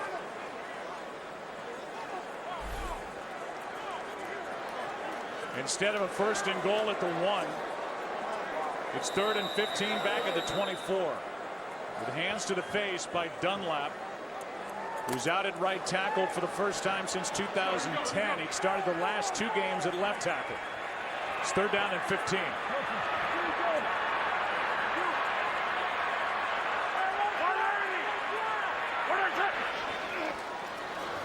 Inside handoff to Brown. And Bryce Brown runs into the arms of Bruce Carter. Crowd doesn't like the call. It's 4th down. Very conservative. Just a 2-yard gain. Well, they got Demetrius Bell, the left tackle. He's going to be the guy who tries to get across and be able to make a block on Bruce Carter. But Bruce Carter, he just is able to flow and then make the play. You can see that that's a tough block to ask Demetrius Bell to be able to make. Bruce Carter makes a good play. And some confusion by the Eagles trying to line up for a field goal. Team timeout. Philadelphia. 30-second timeout. And it's King Dunlap who's coming back onto the field. He left. And he wasn't out there, so Philadelphia has to use a timeout. So this is right after the penalty. This penalty with hands to the face of Jason Hatcher. And then he left the field, and Andy Reid Bobby April, the special teams coordinator, is screaming for Dunlap to get back out on the field to help protect in this field goal try. Well, those are 2 big penalties on King Dunlap in this second half, when really the guy he got called for had no bearing on the outcome of the play. He got called on a hold after a big run, and then the one that would put it down on the 1-yard line. 40-yard try is perfect by Alex Henry. Has not missed since opening day. He's now made 14 straight. It's a 7-point game in Philadelphia. 17-10. Alex Henry's good from 40. It's a 7-point game. Now the Cowboys, who have done really nothing since that good first drive on their end. Only 4 first downs since their last 7 possessions. We'll get it back for the 3rd time in this half. And they'll start at their 20.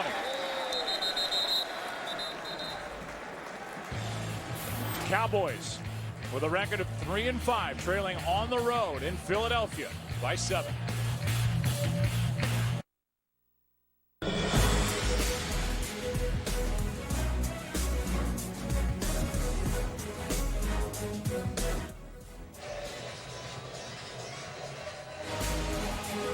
A happy Veterans Day to all of you watching the NFL on Fox. As the Cowboys, down by 7, start at the 20. They've been able to do nothing offensively of late. Romo's been under a lot of pressure. Witten is wrapped up and brought down by Kendricks. A loss of 1. And really one of the big reasons why, Joe, is that Philadelphia has, they've been able to make plays like this. Unlike a week ago when they were not making tackles, we saw earlier in this game they were not making tackles, but boy, in this second half they sure have. Michael Kendricks, he comes across, he's able to make a play on Jason Witten. We saw it on the previous possession.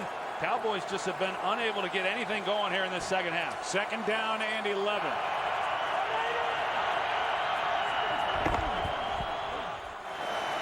Romo with protection finds Witten, and he is left wide open, got away from Ryans, and Romo dropped it in perfectly. The completion is good for a 1st down and 15 yards. Yeah, zone coverage, and so they run the outside guy on a post route, and then that opens up that sideline throw because the linebacker only carries them so far, and so that's then the hole within that zone. And they're able to get Witten in it, and Romo drops it in nicely. First down of the half. Another big day for Witten, 7 catches.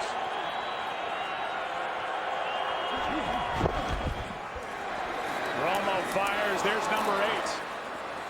And Witten is forward to the 40. A dangerous throw, but Witten went out to grab it. A gain of 6. Well, the one thing you do see from Tony Romo is that when he starts needing to make a play or he wants to get the offense going, then it's number 82, Witten, is the guy who he starts looking for.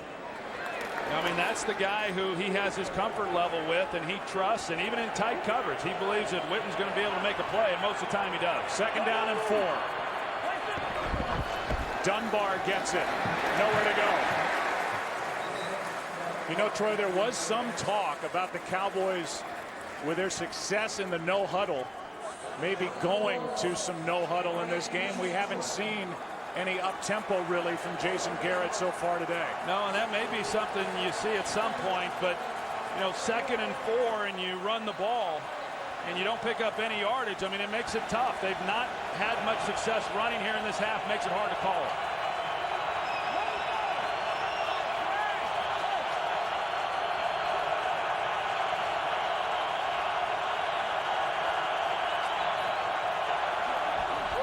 On 3rd down, Romo spins out, buys time, finds his man. That's Austin. What a play by Tony Romo. He avoided a sack at least 2 times, and he completes to Austin for 25. Well, Houdini. I mean, Fletcher Cox is right there to make a play, and he's unable to do it. They had a couple of opportunities, and this is what Tony Romo does so well. He extends the play and then is still able to keep his eyes down the field and pick up his receiver. The slippery Tony Romo, and he is trying to buy time to throw, not run, and he threw it for 25 yards Second longest play of the day for Dallas. And it came on third down. Romo over the middle's got Des Bryant. And Bryant gets popped at the end of it by Ryans. Good for 8.5. Let's go to Patrick O'Neill for a game break. Joe, Seahawks about to open up on the Jets. The rookie quarterback Russell Wilson not playing like one. Perfect strike. Sidney Rice makes it 21-7. Mark Sanchez, who had already thrown a red zone interception, promptly fumbled the ball. Yes, we have seen Tim Tebow, Joe, Troy, and Pam, but more questions than answers for the Jets right now. All right, thanks, Patrick. Second down and 1. They fake the toss, hand to Vickers, and the fullback goes backward. Wow. He lost 2. Well, they ran that play in the first half, and Vickers had a nice gain out of it. They have, as I said, they have not run the ball in the second half. And again, second and really favorable down in distance. They come back with something different, back to Vickers, and he loses yardage just like they did on the previous run. Now third down and 4 again.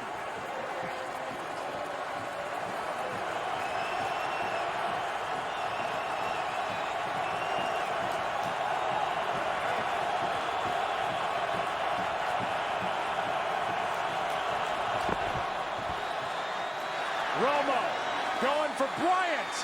Pass is caught for the touchdown.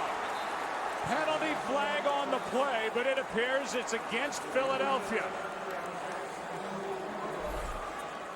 Let's take another look and see if this one was indeed a clean catch.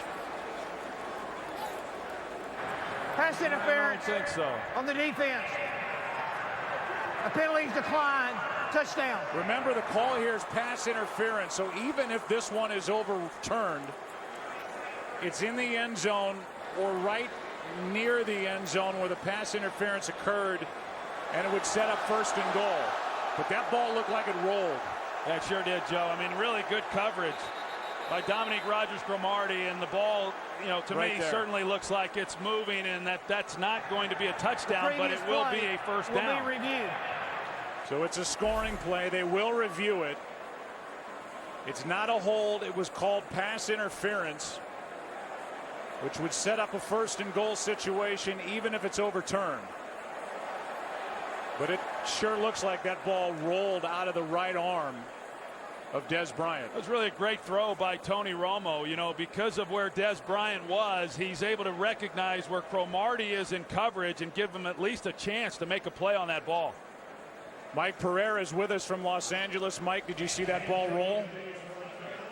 I do. I saw it roll. I think it's incomplete. Remember, they declined the pass interference. So if they come back now and make this an incomplete pass, then they can put back on the penalty, which would put the ball in the 1. But I think the ball rolls over after it hits the ground, even though he had some element of control before it hit the ground. But I think incomplete like you guys.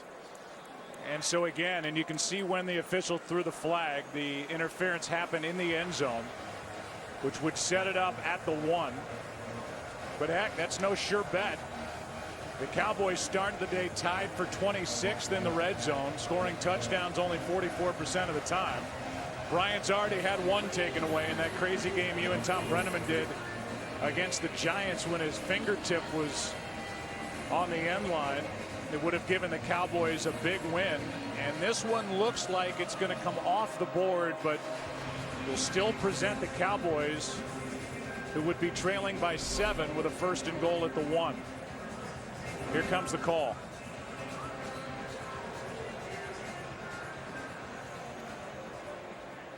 After reviewing the play, the ruling on the field stands. Wow. And this crowd, which was able to watch the replay, which they're showing in NFL stadiums this year, saw that ball roll. Andy Reid, I'm sure, can't believe it. And the touchdown stands. Yeah, I can't believe it either. And the fact that our own Mike Pereira felt that the ball rolled as well, I'm a little surprised that that call stood. And now they're kicking the extra point to tie this thing up. That came on third down and 4. 2 big third down conversions on that drive. That ties the game. And that's the final play of the third quarter. Tied at 17. The touchdown stands. Fox NFL Sunday returns after this from your local Fox station. Third of the year for Des Bryant. A conversion for Dallas on 3rd and 4, 25 yards to Miles Austin. Then another conversion on 3rd and 4, 30 yards to Des Bryant for the game-tying touchdown. And out of the end zone, it's Boykin. As we start the fourth quarter, Boykin is out across the 20. This week, Fox College Saturday begins with a Pac-12 showdown between crosstown rivals as USC takes on UCLA. And the 12th-ranked Sooners take on West Virginia. Coverage of Fox College football begins Saturday at 2:30 Eastern, 11:30 a.m. Pacific. It's been a while since that UCLA-USC game's had some significance. It's got your interest. Yes, it does. Starting at the 22, Nick Foles. The only healthy quarterback left for Philadelphia. Vick out with a concussion. Foles, that one's picked by Spencer, but a flag is down on the play as Spencer is going to take it in.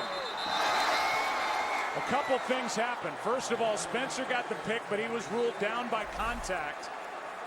But look at this on the near sideline. This could be where the flag is for a hold of Riley Cooper by Claiborne. Prior to the pass, holding number 24, defense, 5-yard penalty, automatic, first down. It's been a tough couple of weeks for that young man right there, Morris Claiborne. And the thing about it is Nick Foles was not even looking to throw the ball to Riley Cooper. I mean, at no point did Nick Foles look in that direction. You're going to see as Foles drops back. I mean, he's working the middle of the field and really thinking, okay, I'm going to come right out and throw the swing route, and that's why he doesn't even see Anthony Spencer in coverage. This is the 6th first down by penalty handed to Philadelphia, and it eliminates what would have been the game's first turnover. 130. Hand off to McCoy. Not much room. And McCoy is brought down by Ernie Sims. Call ** NFL to download NFL Mobile now and get coverage of every NFL game.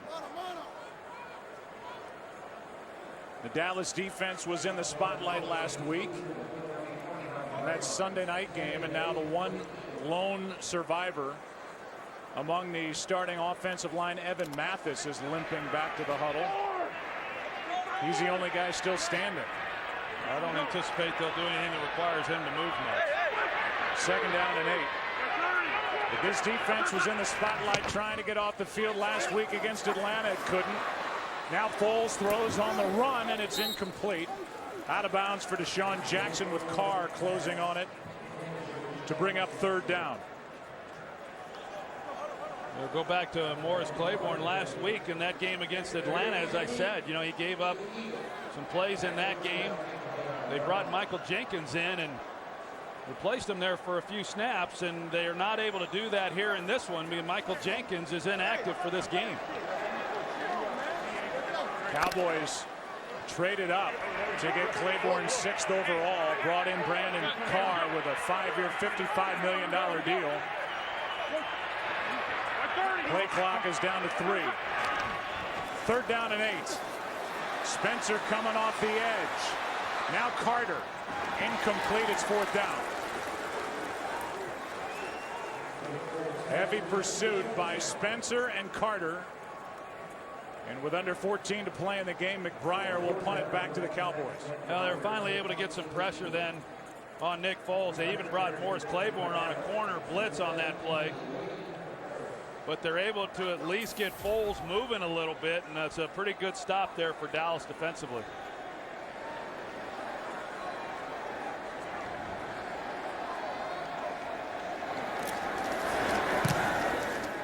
McBriar hits a good one. Harris from inside the 25. Has the far sideline. Has a blocker in front. And Dwayne Harris is going to go.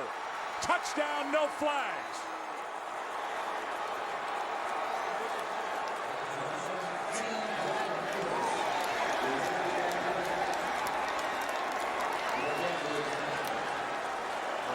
McBriar was in a position to at least force him out of bounds.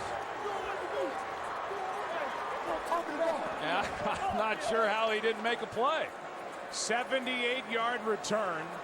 And for the Eagles special teams, their first kick or punt return allowed for a touchdown in 71 games, and it is a big one.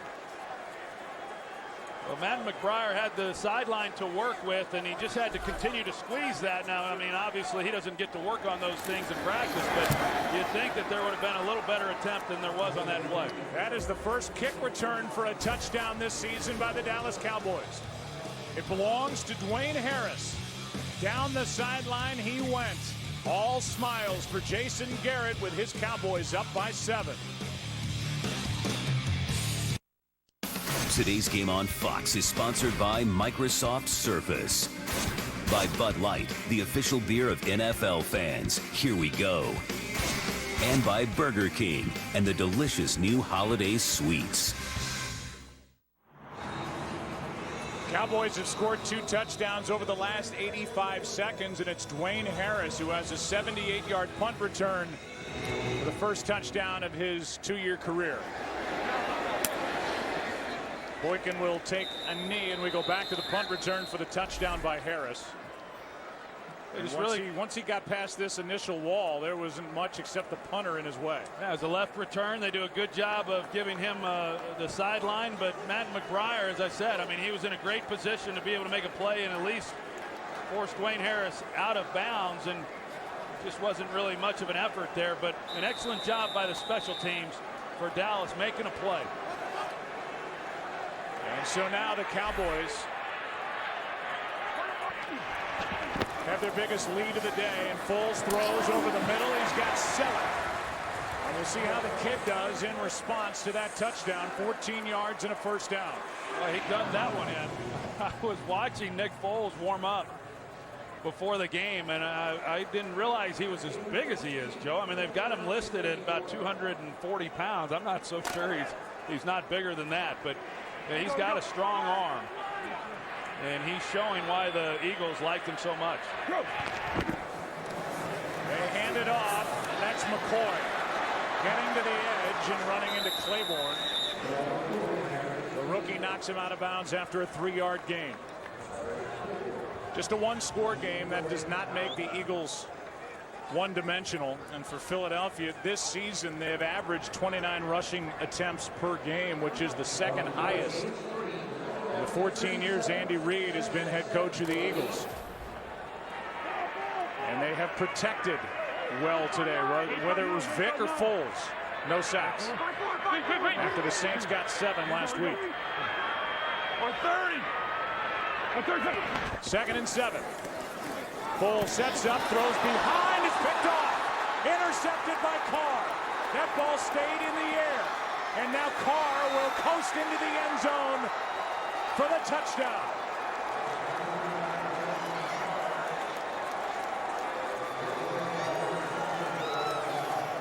His first interception as a Dallas Cowboy, his first touchdown as a Cowboy, and now the defense, which had only 3 picks all year, gets one from Brandon Carr, a pick 6. It's a pretty good example right there of how important ball placement is in this league. We've seen a few of those on the slant route from Nick Foles where the ball's thrown behind, and the Cowboys had safety help over the top. They were man underneath, so tight coverage, and a ball that's thrown behind like that one and in the air, you see what can happen. And it's a 14-point game. It went off the hands of Deshaun Jackson, thrown behind him. Then it went off the thigh of Ernie Sims into the arms of Brandon Carr. And the Cowboys lead by 14. Cowboys have put up 21 points in the last 2 minutes 35 seconds. They get their first interception return for a touchdown since Terrence Newman did it last November. Almost a year to the date. He did it against the Bills. Here's Boykin. Out to the 21. And we go back to the extra point after that last touchdown and watch the holder, Brian Moorman, and Cedric Thornton comes in, big number 72. and plows into the Dallas punter, who's the holder for the kicks. So some of the frustration on the part of the Eagles. 3-5. They've lost 4 in a row. No Andy Reid team in his 14 years has ever lost 5 straight in a season. Brian Mormon will be in the training room getting treatment this week. Starting at the 21.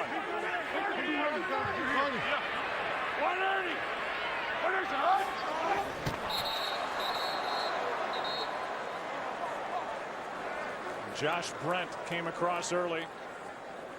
That's 5. Grossman, number 92, defense. 5-yard penalty, still first down.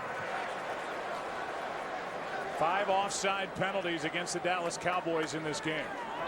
Joe, you had mentioned on the last possession that with it being a 7-point game, they didn't have to abandon the run and strictly throw it. Now at 14 points down with just over 12 minutes to play, I mean, they still got to maintain a little balance and run the ball some, but certainly more urgency now, and it's going to put more of an emphasis on this offensive line in protection. Now on first down, the handoff is to Bryce Brown.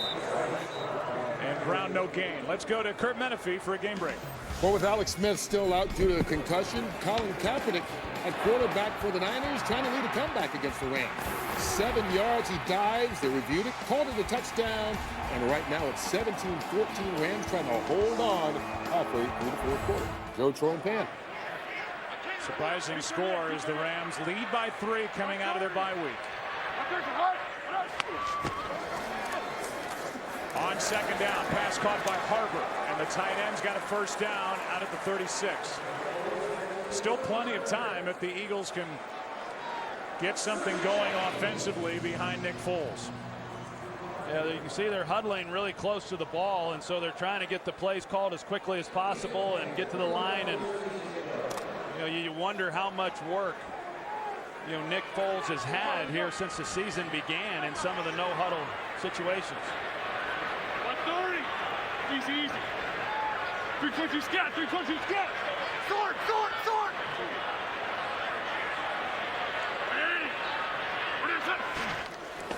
On first down, pass is, wow, what a catch by Macklin. That one behind Jeremy Macklin. He's got 11 yards with a one-handed catch. Yeah, he was expecting that ball on the other side of him. I mean, he's running to the sideline, and for him, that was a really great catch by Macklin. So a first down at the 47.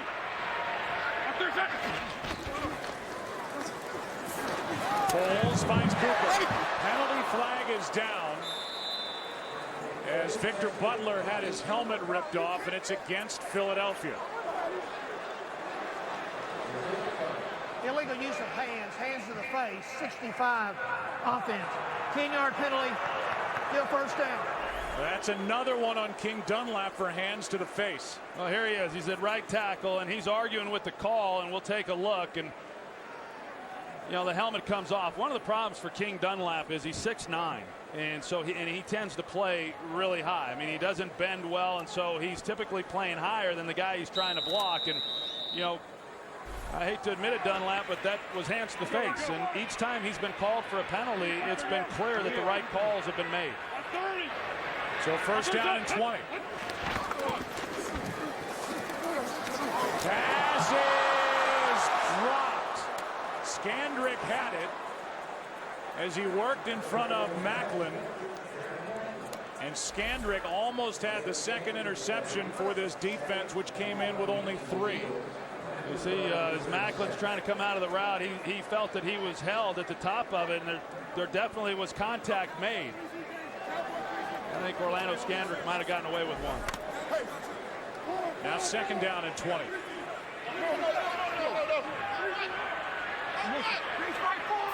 Hey, you overrun. Get the overrun.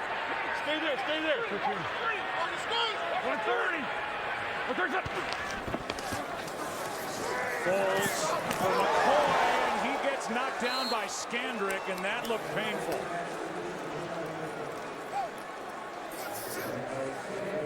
A loss of 4, and McCoy somehow able to get back up. Yeah, they sniffed this out pretty good. Orlando Scandrick, who's keying into the backfield, I mean, he sees the screen coming, and so as soon as McCoy makes the catch and turns around, I mean, that's a tough blow right there, low, and McCoy's really fortunate that he didn't have a pretty significant injury. Brings up 3rd down and 24.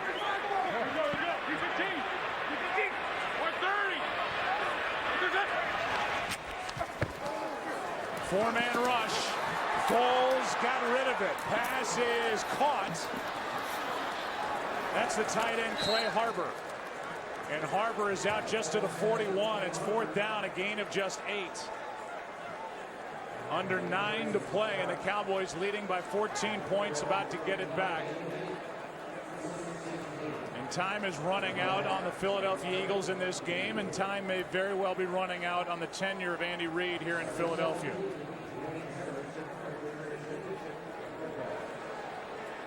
McBriar to punt.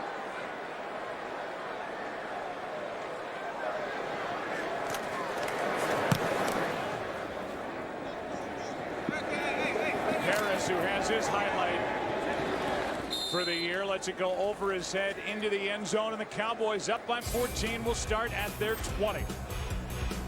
Trying to move to 4-5 here in Philadelphia. Today's game is sponsored by Chevrolet. From kickoff to the last yard, Chevy runs deep. Cowboys will take over at their 20, up by 14 points. Down.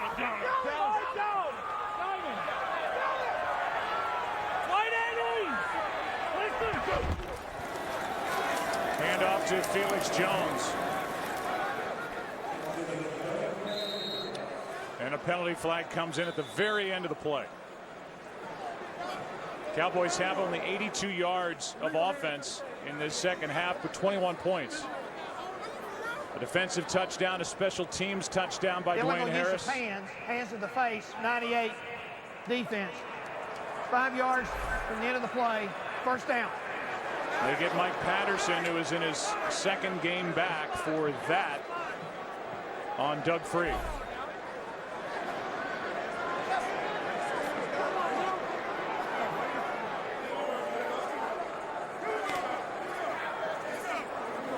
So it moves the ball out across the 25-yard line.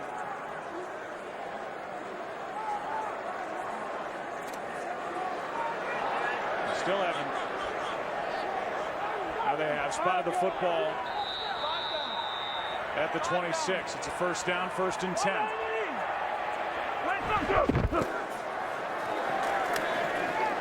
More from Felix Jones. Let's go to Kurt Menefee for a game break. Well, we showed you the Colin Kaepernick touchdown. After that, the Rams fumbled it, and on the first play after that, Frank Gore took it in from 20 yards out.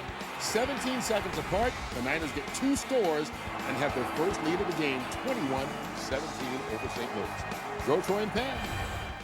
So getting all they can handle, and yet trying to move their record to 7-2. Seattle looks like they're on their way to 6-4. So the NFC West, led by the 49ers. Top-seeded team a year ago is a false start. False start, number 89, offense. 5-yard penalty, still 2nd down. Against John Phillips. This Wednesday on Fox, the X Factor is all new live. The judges have had their share of disagreements about the top 12. But your opinion is the only one that matters. Your vote decides their fate. The X Factor, true talent, raw reality. This Wednesday and Thursday, only on Fox. 2nd down and 12 after the false start.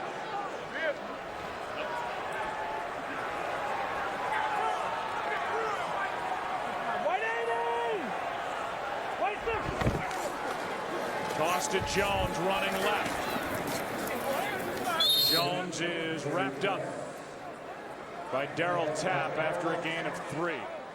I think now for Philadelphia, I mean, if they're going to be able to make any kind of charge and have a chance, this is a critical 3rd down for them defensively, and being able to make a stop and get off the field and see what they can do offensively and get into the no huddle. But Todd Bowles, see what he decides to do. You're going to come after Romo and get pressure or try to play coverage. It's 3rd down and 9.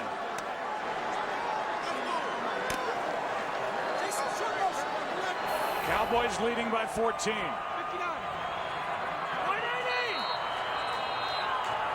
And a timeout taken by Dallas. First team timeout, Dallas. Each side with 2 timeouts remaining. Just over 6 to play.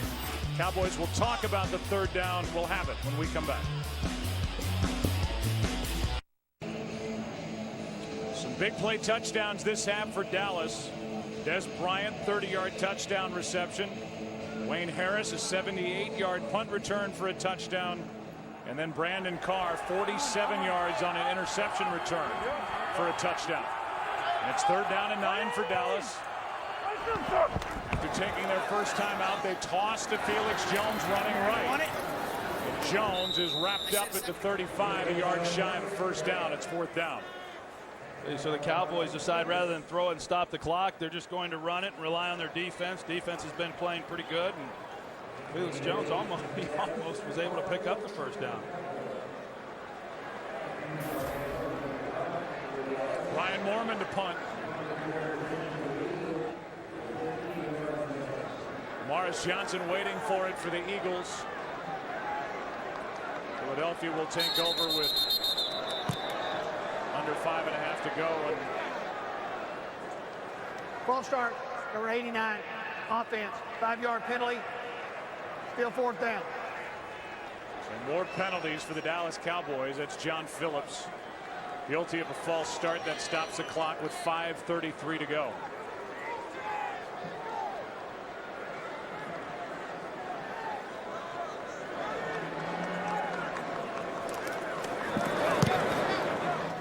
Mormon hits it.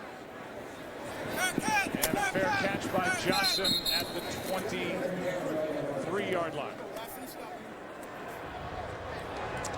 The situation was set out, Troy, by Jeffrey Lurie, who is in his 18th year as the owner here with the Philadelphia Eagles after that 8-8 finish last year. He said this team has to show substantial improvement in 2012. Here they are now facing their 5th straight loss, and the situation with Andy Reid is getting more dire by the minute here. Well, there's no doubt. I mean, we knew coming into this game that whoever lost was probably, playing for them next season. It's unlikely that they're going to be able to put anything together that allows them to make the playoffs. And he was put on notice coming into this season. It's unlikely he'll return, but he won't be unemployed long if he chooses to go on and coach somewhere else. Foles takes over and throws out of the reach of Riley Cooper. To me, it comes down to there are a couple things. First of all, Andy Reid isn't the only problem with the Philadelphia Eagles here in 2012. They've been racked by injuries. They don't have the depth to really recover from those injuries. But if this is his final year in his 14th season as the head coach here in Philadelphia, to me, the main failure here will be the inability to replace the late Jim Johnson as defensive coordinator. Here's Foles in trouble, able to buy some time, chased by Spencer, throws it up for grabs, and it's somehow caught for a first down by Macklin. And Skandrick is either hurt or can't believe he didn't come down with a pick. It looks like he's hurt. Yeah, it looks like he's hurt at the end of the play. And Foles, as you said, I mean, he throws it up. Spencer takes him to the ground. And somehow that ball then is caught by Jeremy Macklin. Skandrick came in and was unable to make a play on it, but Joe, he's still on the turf. So they take a look at Skandrick. We'll take a break. 5:05 left here in Philadelphia.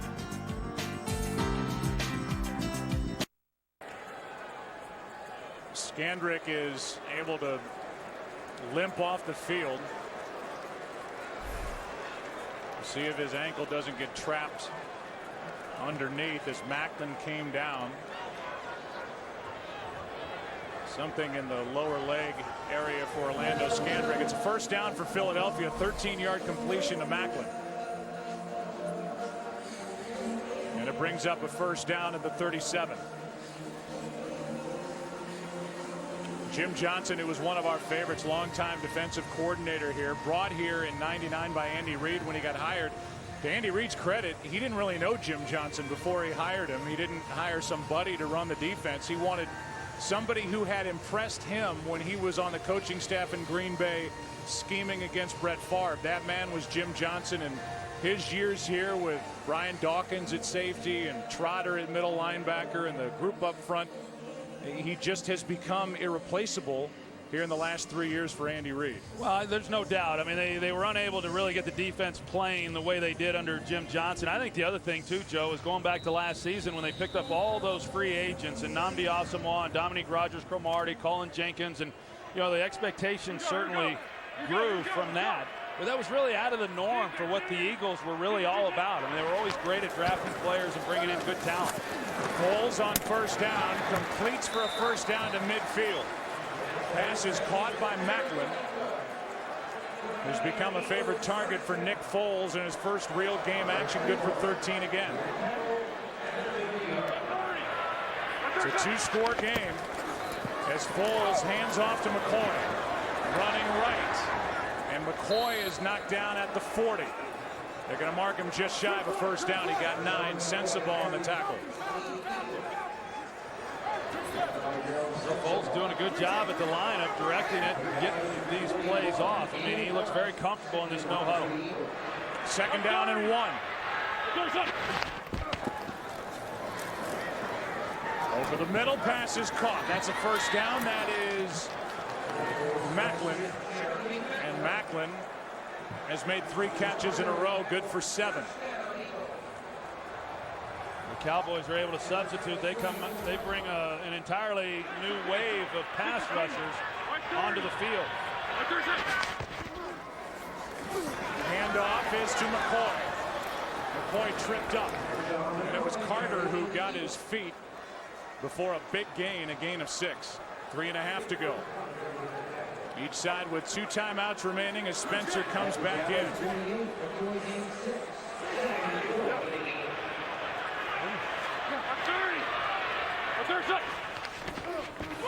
On second down and 4. Pass is too high.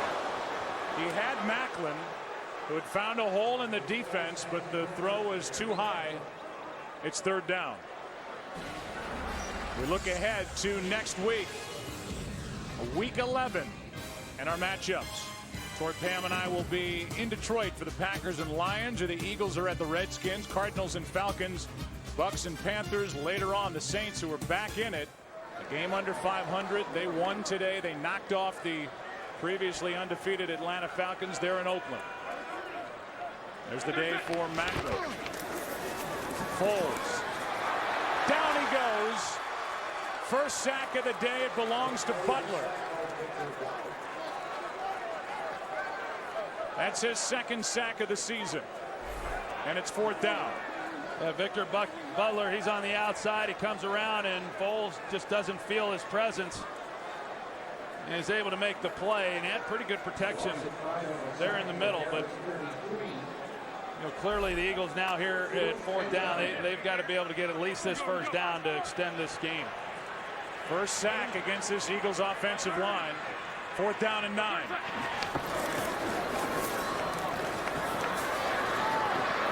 Foles buys some time, finds a wide open Demaryius Johnson. Johnson is going to be down at the 1. And this game isn't over yet. And now Brandon Carr was on the ground, and he's getting himself up now, but he looks like he's banged up, Joe. You see him, he's in coverage, and the way he fell down when Johnson was coming out of that route, it looked like he might have rolled on his ankle. Of course, Skandrick is out, and Michael Jenkins is inactive. This is taking too long, trying to get up to the line of scrimmage. Clock running. Just getting it away before the 2-minute warning, and the pass out of the back of the end zone. A penalty flag is on the ground on the near side, and it's another offside against Dallas. Offside, number 24, defense, lined up in the neutral zone, half the distance to the goal, still first down. Second one on Claiborne in this game. We're at the 2-minute warning. This completion to Johnson sets it up for the Eagles to try and make it a one-score game. 1:57 left.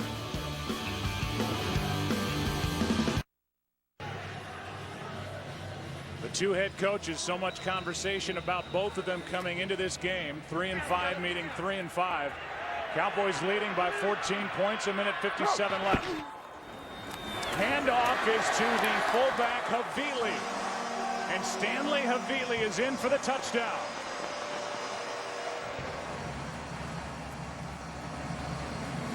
And with the extra point to come, this will be a 7-point game if Henry hits it. And then we'll have the onside kick attempt. Just a straight handoff to Havili right up the middle, and he's able to get it. The key play, of course, being the play to Johnson that got them down to the 1-yard line. First career touchdown for Havili. And this one hits the upright. It's still a one-score game, but a one-score game with a 2-point conversion that will need to be hit as Henry misses his first extra point of the season. Just a yank. Wow. The snap was good, hold was good. Just absolutely pulled it. 8-point game. Let's go to Kurt Menefee for a game break. Well, after going for a fake punt and converting it on 4th and 8, the Rams make it pay off. Sam Bradford, Austin Pettis hook up for the 2-yard score. Less than a minute to go. They lead it in San Francisco, 24-21. Wow. Joe, Troy, and Pam. All right, so there's the NFC West. For the 49ers at 6-2. Seattle, their winners today, 6-4.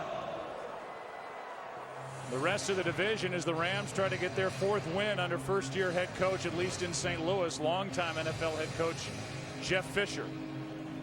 Things tighten up there in the West. That's for sure. Well, we'll see what happens now here on the onside kick attempt, and whether Henry can get a little better attempt at this than he did that extra point. It's an 8-point game. Philadelphia with 2 timeouts left. They had to take one on a field goal try when King Dunlap left the field.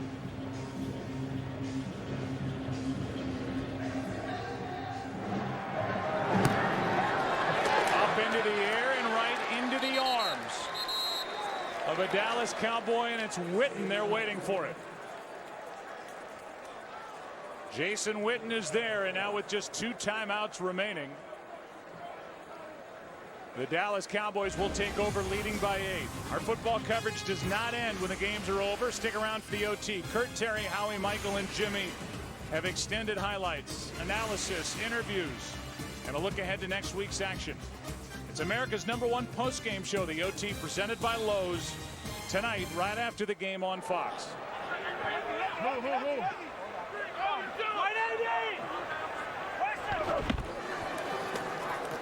Handoff is to Felix Jones, and Jones is forward for a yard. Philadelphia now uses one of their 2 remaining timeouts. We'll look back. Great start for Philadelphia as Vic took him down the field, but Vic suffered a concussion. He had to leave. Nick Foles took over and completed a 44-yard touchdown pass to Jeremy Maclin. But then 3 quick scores. One on offense to Des Bryant. A punt return by Dwayne Harris, and this interception returned for a touchdown by Brandon Carr. And with that, 2 minutes 35 seconds. It's all it took for 3 touchdowns. And what was a 2-touchdown lead, now it's an 8-point game here in Philadelphia, 2nd and 8.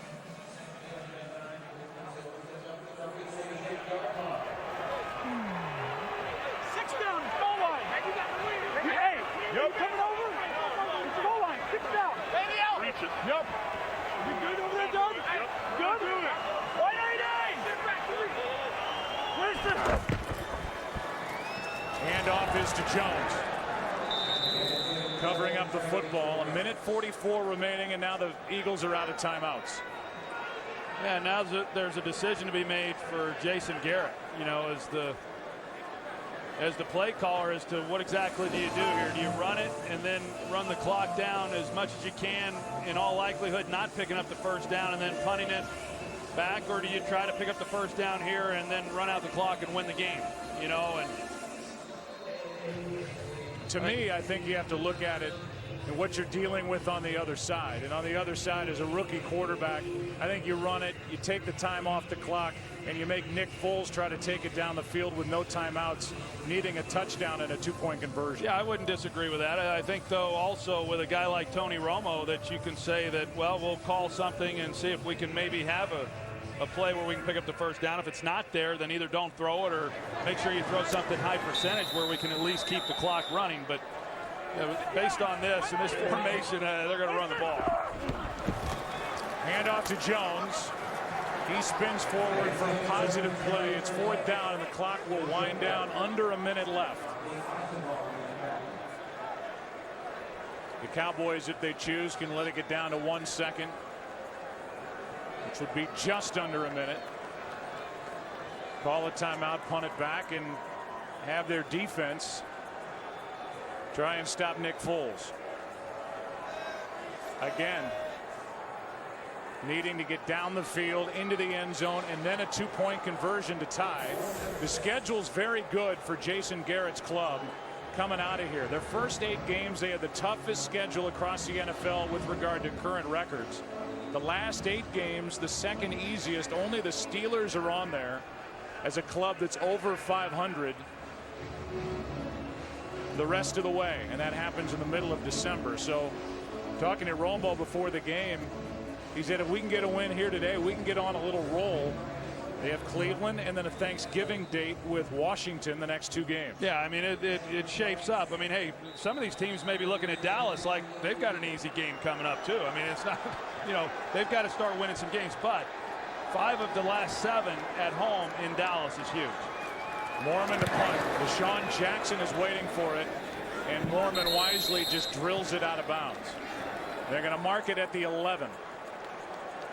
So needing to go 89 yards in under a minute with no timeouts, and even then the job's not finished. To tie the game, they'll need a 2-point conversion. The Eagles have not attempted a 2-point conversion this season. Have you been impressed, though, overall body of work by Nick Foles? Yeah, I was just going to say, I mean, you look at the numbers there, and hey, for a guy who hasn't played since the preseason and to come in as a rookie and in a game that's really a must-win game, and now to be put in this situation, I have. Some balls have gotten away from the interception, returned for a touchdown, but I like what I've seen of him in his first outing. The ball wasn't snapped. That'll be a false start.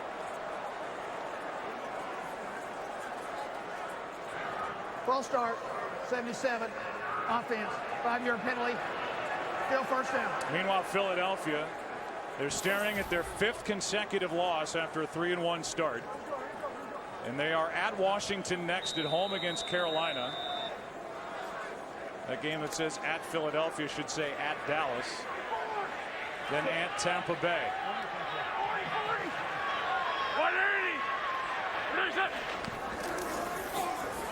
Foles trying to get out of the end zone. Ball is out.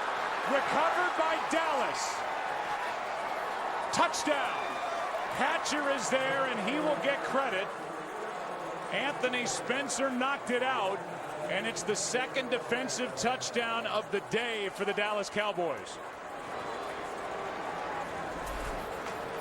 DeMarcus Ware, he rushes up the field, and then he senses Foles leaving the pocket. Foles never even sees that DeMarcus is there, and then Anthony Spencer is also closing on him. The ball comes out. Tough situation on the quarterback, backed up, limited time on the clock, no timeouts, just trying to make something happen and unable to maintain possession of the ball. So a defensive touchdown for Brandon Carr, and now as it's forced by Anthony Spencer, a defensive touchdown for Jason Hatcher. And the extra point makes it a 15-point game. Let's go back to Kurt. Another game break. Well, the San Francisco 49ers have tied it. David Akers' 33-yard field goal evens it at 24.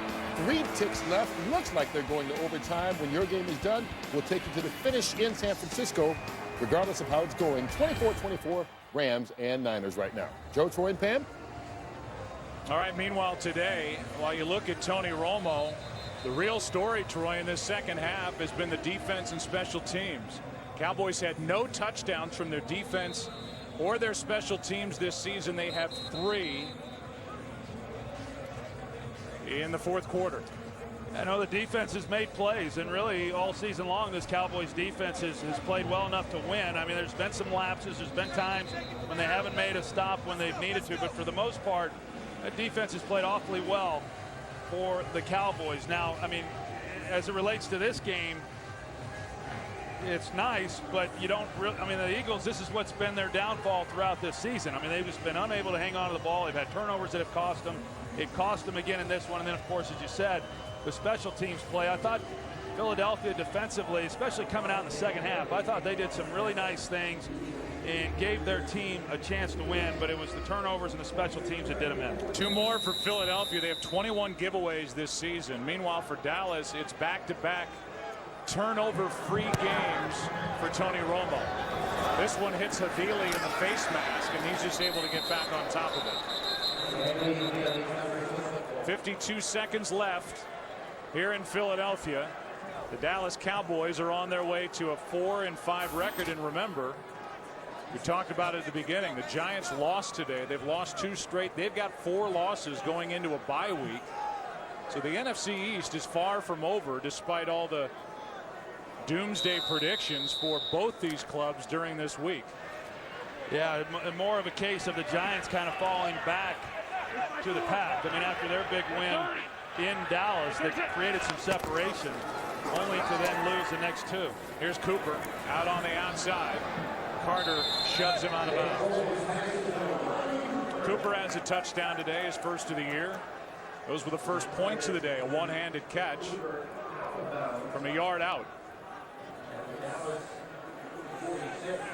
That one good for 22 yards. 36 seconds left. Foles finds Jackson. Deshaun Jackson hops out of bounds just inside the 40. 7 yards for Jackson. But you can just see the frustration, the body language of these Eagles and the fans. There aren't many left in the seats here in Philadelphia, and under Andy Reid, the first 5-game losing streak.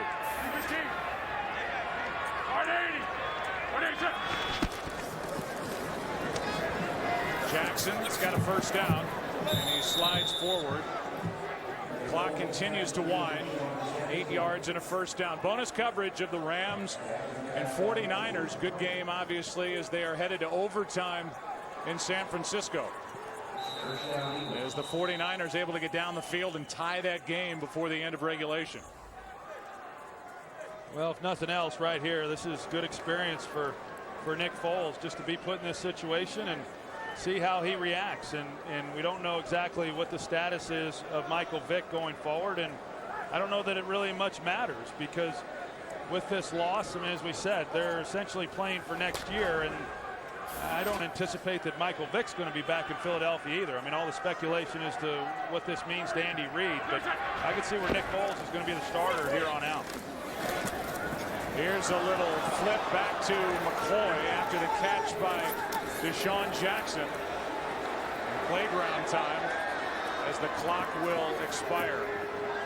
This is all a waste of time. And on top of it, Macklin gets one more hit. And the crowd lets the Eagles have it as Kyle Wilbur makes that last stop. Andy Reid is involved with his first 5-game losing streak in his 14 years in Philadelphia. Cowboys get a win. They're 4-5. Take a break, come back after this.